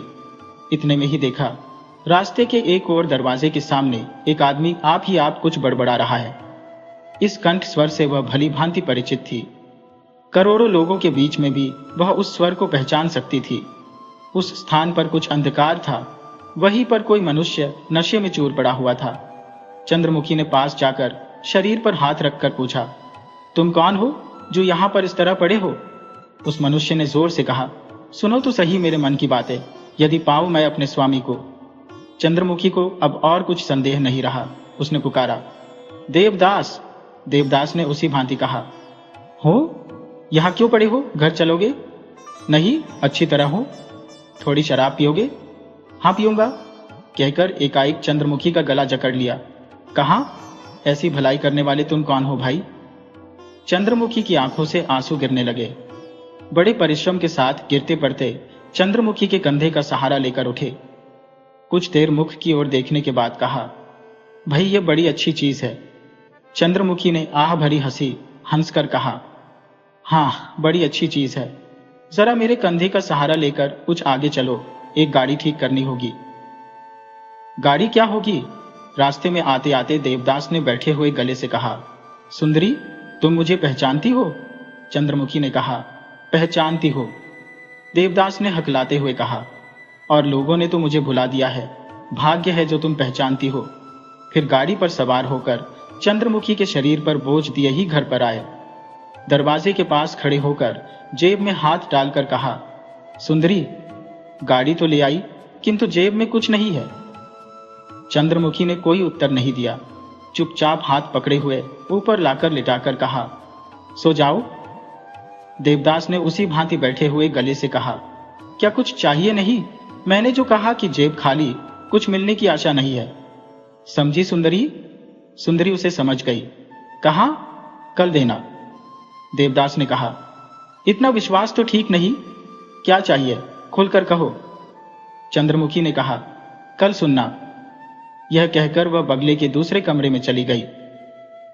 देवदास की जब नींद टूटी तो दिन चढ़ गया था। घर में कोई नहीं था। चंद्रमुखी स्नान करके भोजन पकाने की तैयारी में थी। देवदास ने चारों ओर आश्चर्य से देखा कि इस स्थान में वे कभी नहीं आए थे। एक चीज भी नहीं पहचान सके। पिछली रात की एक बात भी याद नहीं आती थी केवल किसी की आंतरिक सेवा का कुछ कुछ स्मरण आता था। किसी ने मानो बड़े स्नेह के साथ लाकर सुला दिया। इसी समय चंद्रमुखी ने घर में प्रवेश किया। रात की सज धज में इस समय बहुत कुछ परिवर्तन हो गया था। शरीर पर गहने तो अब भी वे ही थे, किंतु रंगीन साड़ी, माथे का टीका, मुख में पान का दाग आदि कुछ भी नहीं थे। केवल एक धोई हुई श्वेत साड़ी पहने हुए वह घर में आई। देवदास चंद्रमुखी को देखकर खिल उठे, बोले, कहां से कल मुझे यहां बुला ले आई? चंद्रमुखी ने कहा, बोला नहीं लाई, रास्ते में तुम्हें पड़ा हुआ देखकर उठा ले आई। देवदास ने कुछ गंभीर होकर कहा, अच्छा, ये तो हुआ सो हुआ, पर तुम्हें यहां कैसे पाता हूं? तुम कब आई? तुम तो गहना नहीं पहनती थी, फिर कैसे पहनने लगी? चंद्रमुखी ने देवदास के मुख पर एक तीव्र दृष्टि डालकर कहा, फिर से?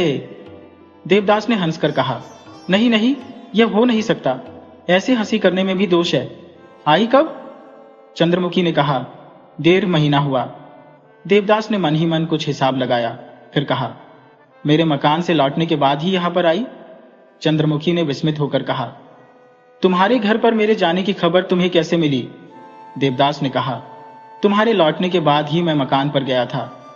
एक दासी से, जो तुम्हें बड़ी बहू के पास ले गई थी, सुनने में आया कि कल अशतझूरी गांव से एक बड़ी सुंदर स्त्री आई थी। फिर समझना कितना कठिन था, किंतु इतना गहना कहां से गढ़ाया?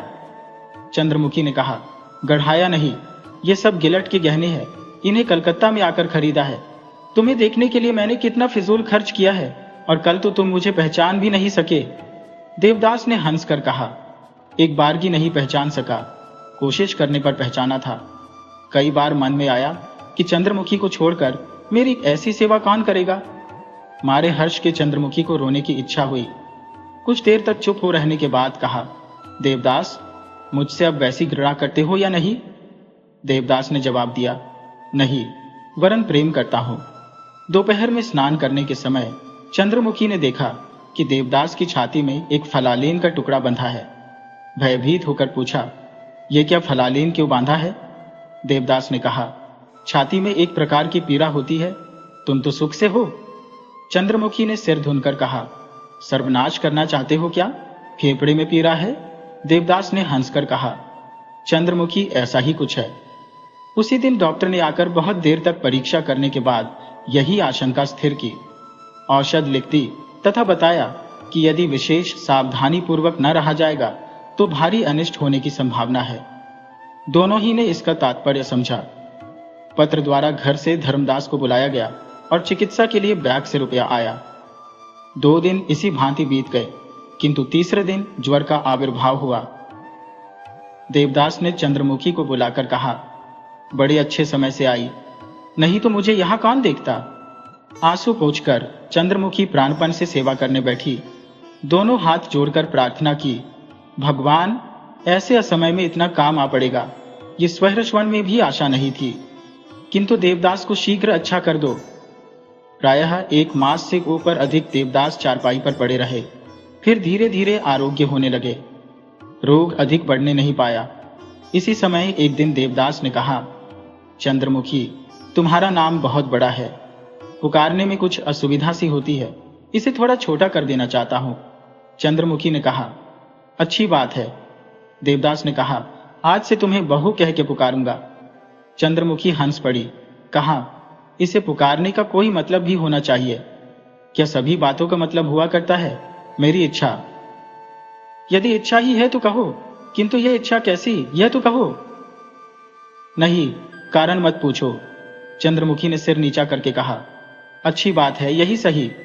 देवदास ने बहुत देर तक चुप रहने के बाद हठात गंभीर भाव से पूछा, अच्छा बहू, तुम मेरी कौन हो जो इतने प्राणपण से मेरी सेवा करती हो?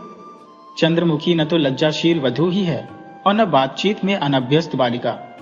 देवदास के मुख की ओर स्थिर शांत दृष्टि रखकर स्नेह जड़ित कंठ से कहा, तुम मेरे सर्वस्व हो, क्या यह अब भी नहीं समझ सके? देवदास दीवाल की ओर देख रहे थे। उसी ओर देखते हुए धीरे धीरे कहा, यह सब समझता हो, किंतु इससे आनंद नहीं मिलता। पार्वती को मैं कितना हर्ष प्यार करता था और वह भी मुझे कितना हर्ष प्यार करती थी, पर इससे अंत में मिला कष्ट ही।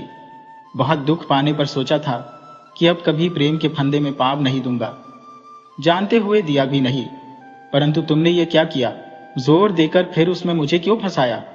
ये कहकर कुछ क्षण चुप रहने के बाद फिर कहा, बहू, जान पड़ता है तुम भी पार्वती की भांति दुख उठाओगी। चंद्रमुखी मुख पर आंचल देकर चारपाई के एक ओर चुपचाप बैठी रही। देवदास ने फिर मृदु कंठ से कहना आरंभ किया, तुम दोनों में कितनी विषमता है। एक कितनी अभिमानिनी और उद्दत है और दूसरी कितनी शांत और कितनी संयम है। वह कुछ भी नहीं सह सकती और तुम कितना सहती हो। उसका कितना यश और कितना नाम है और तुम कितनी कलंकिता हो। सभी उसे हर्ष विहार करते हैं पर तुम्हें कोई हर्ष विहार नहीं करता। फिर मैं हर्ष विहार करता हूं, कैसे करता हूं?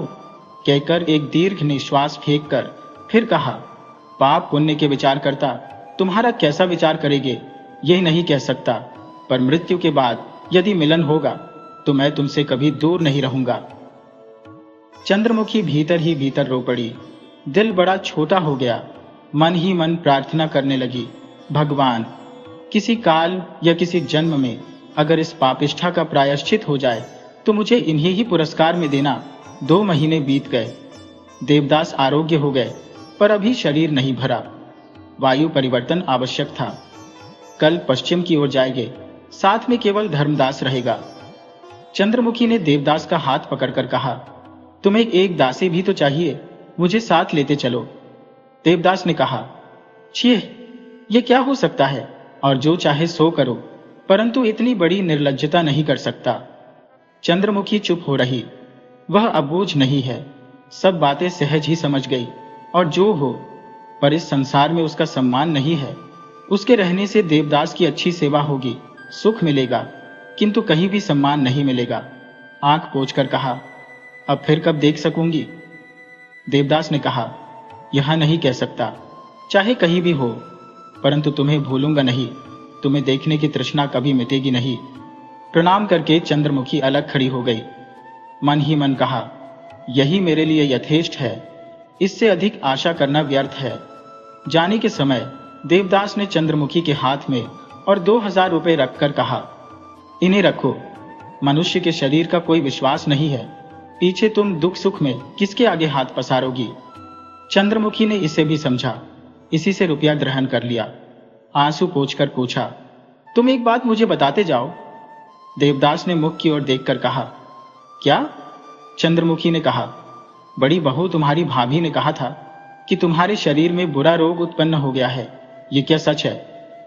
प्रश्न सुनकर देवदास को दुख हुआ। कहा, बड़ी बहू सब कह सकती है, किंतु क्या तुम नहीं जानती? मेरा कौन सा भेद तुम नहीं जानती? एक विषय में तो पार्वती से भी बढ़ी हुई हो। चंद्रमुखी ने एक बार आंख पोंछकर कहा, सब समझ गई, परंतु फिर भी खूब सावधानी से रहना। तुम्हारा शरीर निर्बल है, देखो किसी प्रकार की त्रुटि न होने पावे। प्रत्युत्तर में देवदास ने केवल हंस दिया। चंद्रमुखी ने कहा, और एक भिक्षा है, तनिक भी तबीयत खराब होने पर मुझे खबर अवश्य देना। देवदास ने उसके मुख की ओर देखकर सिर नीचा करके कहा, दूंगा, अवश्य दूंगा बहू। फिर एक बार प्रणाम करके चंद्रमुखी रोती हुई दूसरे कमरे में चली गई। कलकत्ता से आकर देवदास कुछ दिन इलाहाबाद रहे।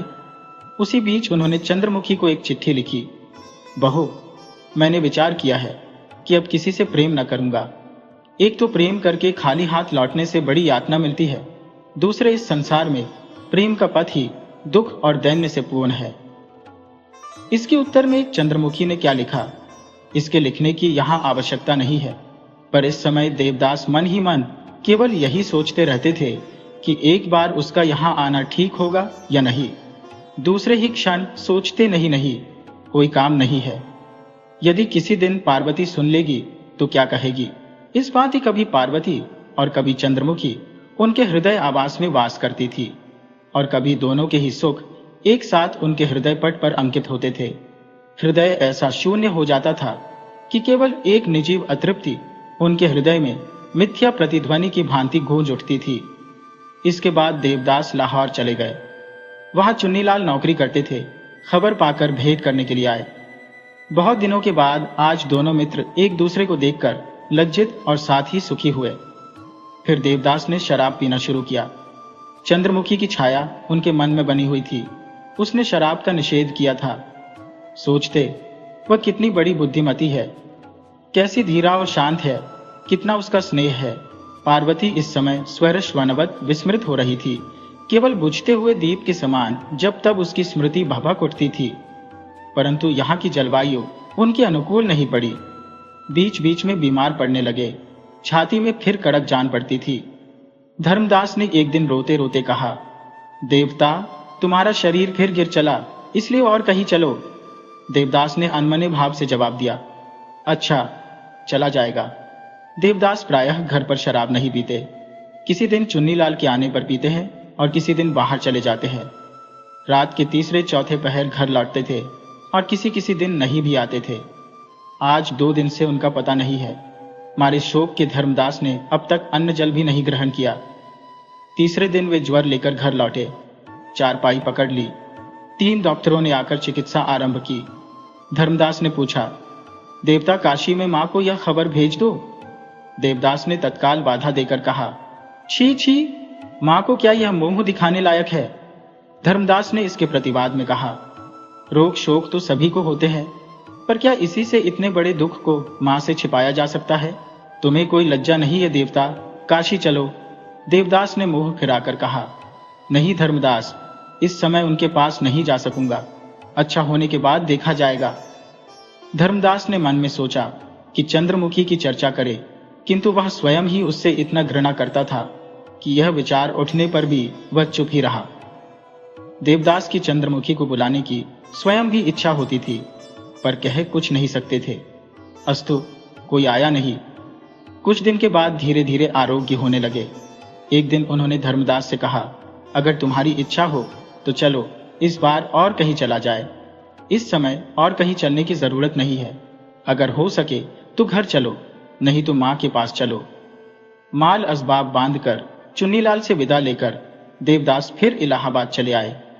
शरीर इस समय भली भांति अच्छा हो गया था। कुछ दिन रहने के बाद उन्होंने एक दिन धर्मदास से कहा, धर्म, किसी नई जगह नहीं चलोगे? अभी तक बंबई नहीं देखी, वहां चलोगे? उनका अतिशय आग्रह देखकर इच्छा न रहते हुए भी धर्मदास बंबई चलने को तैयार है। यहां आकर देवदास को बहुत कुछ आराम मिला। एक दिन धर्मदास ने कहा, यहां रहते बहुत दिन हो गए, अब घर चलना अच्छा होगा। देवदास ने कहा, नहीं, यहां अच्छी तरह हूं, अभी कुछ दिन यहां और रहूंगा। 1 वर्ष बीत गया। भादों का महीना था। एक दिन प्रातःकाल देवदास धर्मदास के कंधे के सहारे से बंबई अस्पताल से बाहर आकर गाड़ी में बैठे। धर्मदास ने कहा, देवता, मेरी सलाह से इस समय मां के पास चलना अच्छा होगा। देवदास की दोनों आंखें डबडबा आई। आज कई दिन से वे भी मां को स्मरण कर रहे थे।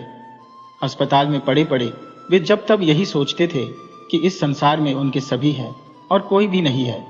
उनकी मां है, बड़ा भाई है, बहन से बढ़कर पार्वती है, चंद्रमुखी भी है, उनके सभी है, पर वे किसी की नहीं है। धर्मदास रोने लगा। कहा, भाई, इससे अच्छा है कि मां के पास चलो।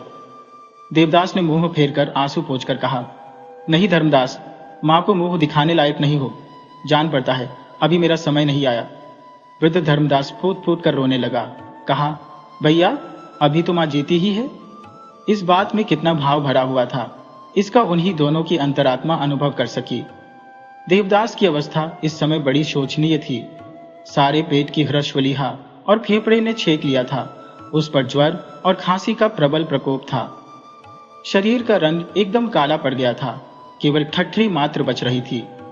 आंखें भीतर की ओर घुस गई थी, उनमें एक प्रकार की अस्वाभाविक उज्ज्वलता चमका करती थी। सिर के बाल बड़े रूखे रूखे हो रहे थे, संभवतः चेष्टा करने से गिने भी जा सकते थे। हाथ की उंगलियों को देखने से घृणा उत्पन्न होती थी। एक तो वे नितांत दुबली पतली, दूसरे कुत्सित रोगों के दाग से खराब हो गई थी। स्टेशन पर आकर धर्मदास ने पूछा, कहाँ का टिकट कटाया जाएगा देवता? देवदास ने कुछ सोचकर कहा, चलो पहले घर चले, फिर देखा जाएगा। गाड़ी ह्रस्वलेट फार्म पर आई। वे लोग हुगली का टिकट खरीद कर बढ़ गए। धर्मदास देवदास के पास हो रहा। संध्या के कुछ पहले ही देवदास की आंखों से चिंगारियां निकलने लगी। धीरे धीरे धुआंधार बुखार चढ़ आया। उन्होंने धर्मदास को बुलाकर कहा, धर्मदास, आज ऐसा मालूम पड़ता है कि घर भी पहुंचना कठिन होगा। धर्मदास ने डर कर कहा, क्यों भैया? देवदास ने हंसने की चेष्टा करके कहा। फिर बुखार चढ़ाया। धर्मदास काशी को गाड़ी पार कर गई। तब तक देवदास अचेत थे। पटना के पास आकर जब उन्हें होश हुआ तो कहा, तब तो धर्मदास माँ के पास सचमुच नहीं जा सके। धर्मदास ने कहा, चलो भैया, पटना में उतरकर हम डॉक्टर को दिखा ले। उत्तर में देवदास ने कहा, रहने दो, अब हम लोग घर पर ही चलकर उतरेंगे। गाड़ी जब पंडुआ स्टेशन पर आकर खड़ी हुई तब पौ फट चुकी थी। रात भर खूब वर्षा हुई थी, अभी थोड़ी देर से थमी हुई है। देवदास उठ खड़े हुए। नीचे धर्मदास सोया हुआ था। धीरे से उसके सिर पर हाथ रखा, किंतु लज्जावश जगा नहीं सके। फिर द्वार खोलकर धीरे से नीचे क्रशफलेट फार्म पर उतर गए। गाड़ी सोए हुए धर्मदास का लेकर चली गई। कांपते कांपते देवदास स्टेशन के बाहर आए। एक गाड़ीवान को बुलाकर पूछा, क्या हाथी पोता चल सकता है? उसने एक बार मोह की ओर, फिर एक बार इधर उधर देखकर कहा, नहीं बाबू, रास्ता अच्छा नहीं है। घोड़े की गाड़ी ऐसे कीचड़ पानी में उधर नहीं जा सकेगी। देवदास ने उद्विग्न होकर पूछा, क्या पालकी मिल सकती है? गाड़ीवान ने कहा, नहीं। देवदास इसी आशंका में धप से बैठ गए कि क्या तब जाना नहीं होगा। उनके मुख से उनकी अंतिम अवस्था के चिन्ह सुस्पष्ट प्रकट हो रहे थे। एक अंधा भी उसे भली भांति देख सकता था। गाड़ीवान ने दयार्द्र होकर पूछा, बाबूजी, एक बैलगाड़ी ठीक कर दे। देवदास ने पूछा, कब पहुंचूंगा? गाड़ीवान ने कहा, रास्ता अच्छा नहीं है, इससे शायद 2 दिन लग जाएंगे। देवदास ने मन ही मन हिसाब लगाने लगे कि 2 दिन जीते रहेंगे या नहीं, पर पार्वती के पास जाना जरूरी है। इस समय उनके मन में पिछले दिनों के बहुत से झूठे आचार व्यवहार और बहुत सी झूठी बातें एक एक करके स्मरण आने लगी। किंतु अंतिम दिन की इस प्रतिज्ञा को सच करना ही होगा, चाहे जिस तरह से हो, एक बार उसे दर्शन देना ही होगा। पर अब इस जीवन की अधिक मियाद बाकी नहीं है, इसी की विशेष चिंता है। देवदास जब बैलगाड़ी में बैठ गए तो उन्हें माता का ध्यान आया। वे व्याकुल होकर रो पड़े। जीवन के इस अंतिम समय में एक और स्नेहमयी पवित्र प्रतिमा की छाया दिखाई पड़ी। यह छाया चंद्रमुखी की थी, जिसे पापिष्ठा कहकर सर्वदा घृणा की। आज उसी को जननी के बगल में गौरवमयी आसन पर आसीन देख उनकी आंखों से झरझर जल झरने लगा। अब इस जीवन में उससे फिर कभी भेंट नहीं होगी, और तो क्या, वह बहुत दिन तक उनके विषय में कोई खबर तक न पाएगी। तब भी पार्वती के पास चलना होगा। देवदास ने प्रतिज्ञा की थी कि एक बार वे और भेंट करेंगे। आज उस प्रतिज्ञा को पूर्ण करना होगा। रास्ता अच्छा नहीं है। वर्षा के कारण कहीं कहीं जल जमा हो गया है और कहीं अगलब गल की पगडंडी कटकर गिर पड़ी है। सारा रास्ता कीचड़ से भरा हुआ है। बैलगाड़ी हचक हचक कर चलती है। कहीं उतरकर चक्का ठेलना पड़ता है, कहीं बैलों को बेरहमी के साथ मारना पड़ता है।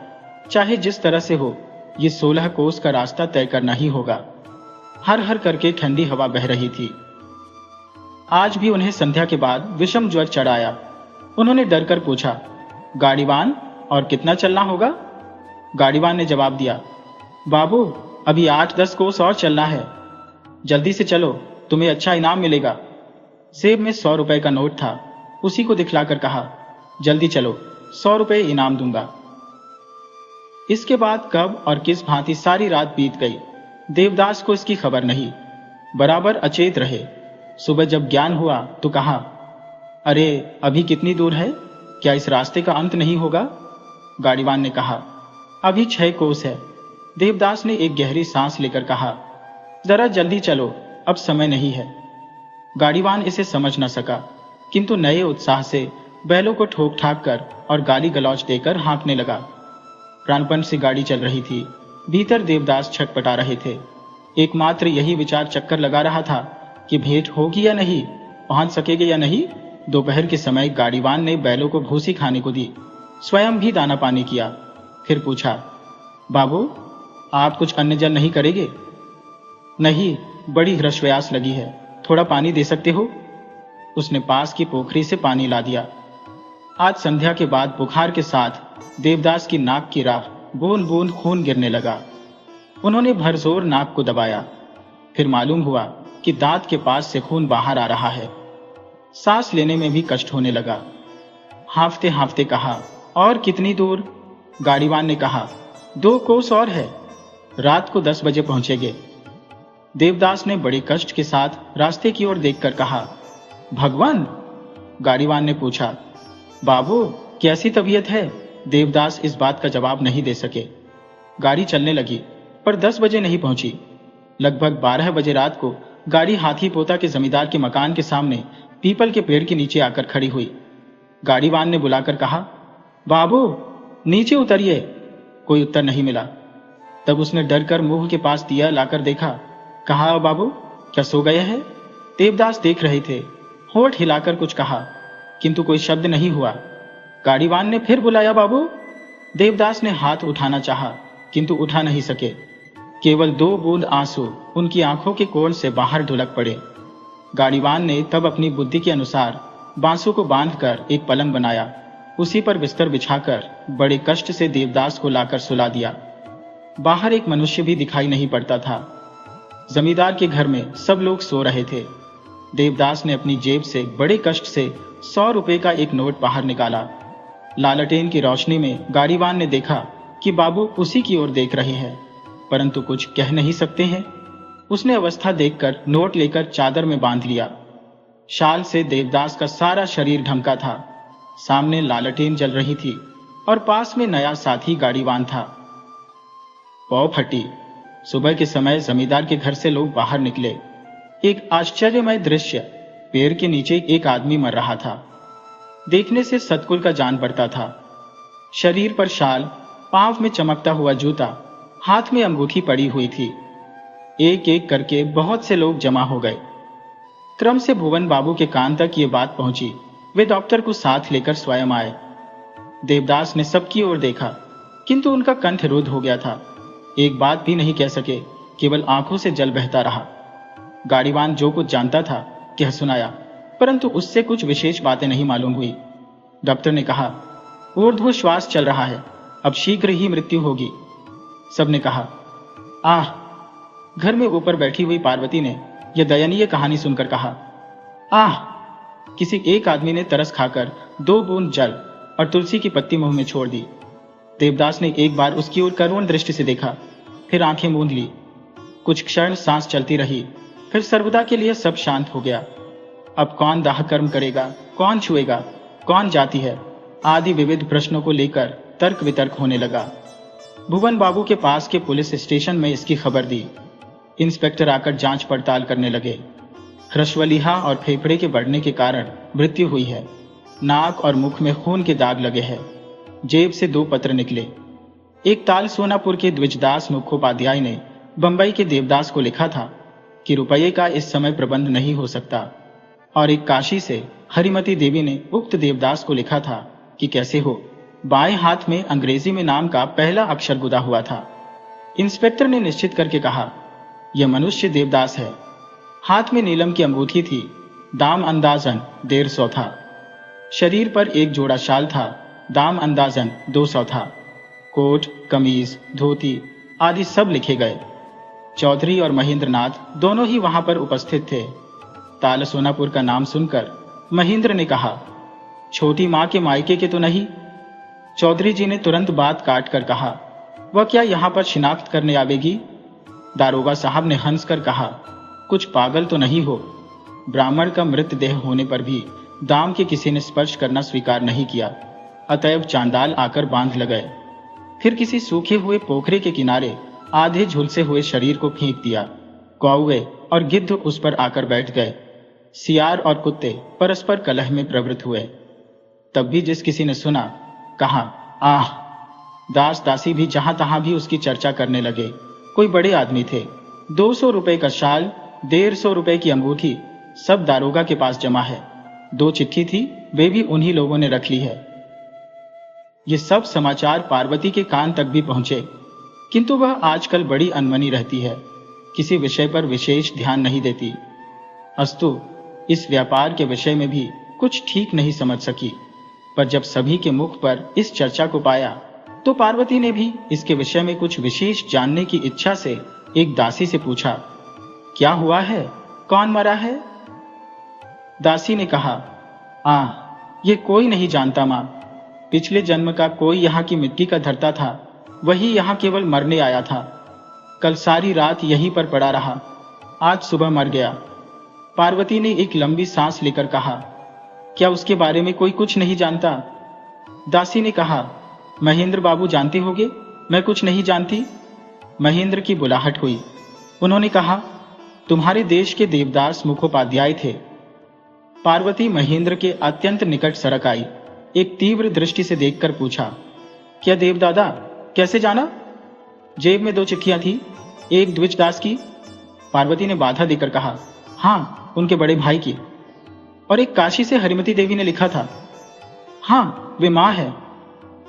हाथ पर नाम गुदा था। पार्वती ने कहा, हाँ जब पहले पहल कलकत्ता गए थे तो लिखाया था। एक नीलम की अंगूठी थी, पिता के समय में उसे बड़े चाचा ने दिया। मैं जाऊंगी। कहते कहते पार्वती दौड़ पड़ी। महेंद्र ने हतबुद्धि होकर कहा, ओ मां, कहां जाओगी? देवदास के पास। वे अब नहीं है, डोम ले गए। अरे बाप रे बाप, कहकर रोती रोती पार्वती दौड़ी। महेंद्र ने दौड़कर सामने आकर बाधा दी। कहां? क्या पागल हुई हो मां? कहां जाओगी? पार्वती ने महेंद्र की ओर एक तीव्र दृष्टि से देखकर कहा, महेंद्र, क्या मुझे सचमुच पागल समझ रखा है? रास्ता छोड़ो। उसकी ओर देखकर महेंद्र ने रास्ता छोड़ दिया। चुपचाप पीछे पीछे चलने लगा। बाहर तब भी नायब गुमाश्ता आदि काम कर रहे थे। वे लोग देखने लगे। चौधरी जी ने चश्मा लगाकर पूछा, कौन जा रहा है? महेंद्र ने कहा, छोटी मां। ये क्यों? कहां जाती है? महेंद्र ने कहा, देवदास को देखने। भुवन चौधरी ने चिल्लाकर कहा, तुम सभी की बुद्धि मारी गई है। पकड़ो पकड़ो, पकड़कर उसे ले आओ। सब पागल हो गए। ओ महेंद्र, जल्दी करो, दौड़ो। इसके बाद नौकर नौकरानियों ने मिलकर पार्वती को पकड़ा और उसकी मूर्छित देह को भीतर ले गए। दूसरे दिन उसकी मूर्छा टूटी, पर उसने कोई बात नहीं कही। केवल एक दासी को बुलाकर पूछा रात को वे आते थे या नहीं। सारी रात। इसके बाद पार्वती चुप हो रही। अब इतने दिनों बाद पार्वती का क्या हुआ, वह कैसी है, ये हम नहीं जानते। जानने की इच्छा भी नहीं होती। केवल देवदास के लिए हृदय बहुत क्षुब्ध रहता है। आप लोगों में से भी जो कहानी को पढ़ेंगे, संभवतः मेरे ही समान क्षुब्ध हो गए। फिर भी यदि देवदास के समान हतभाग्य, असंयमी और पापिष्ट के साथ किसी का परिचय हो, तो वह उनके लिए ईश्वर से प्रार्थना करे कि और चाहे जो हो, पर उनकी जैसी मृत्यु किसी की न हो। मृत्यु होने में कोई हानि नहीं है, किंतु उस समय एक स्नेहमयी हाथ का स्पर्श सिर पर अवश्य रहे। एक करुणार्द्र मुख को देखते देखते इस जीवन का अंत हो, जिससे मरने के समय किसी की आंखों का 2 बूंद जल देखकर तो शांति से मर सके।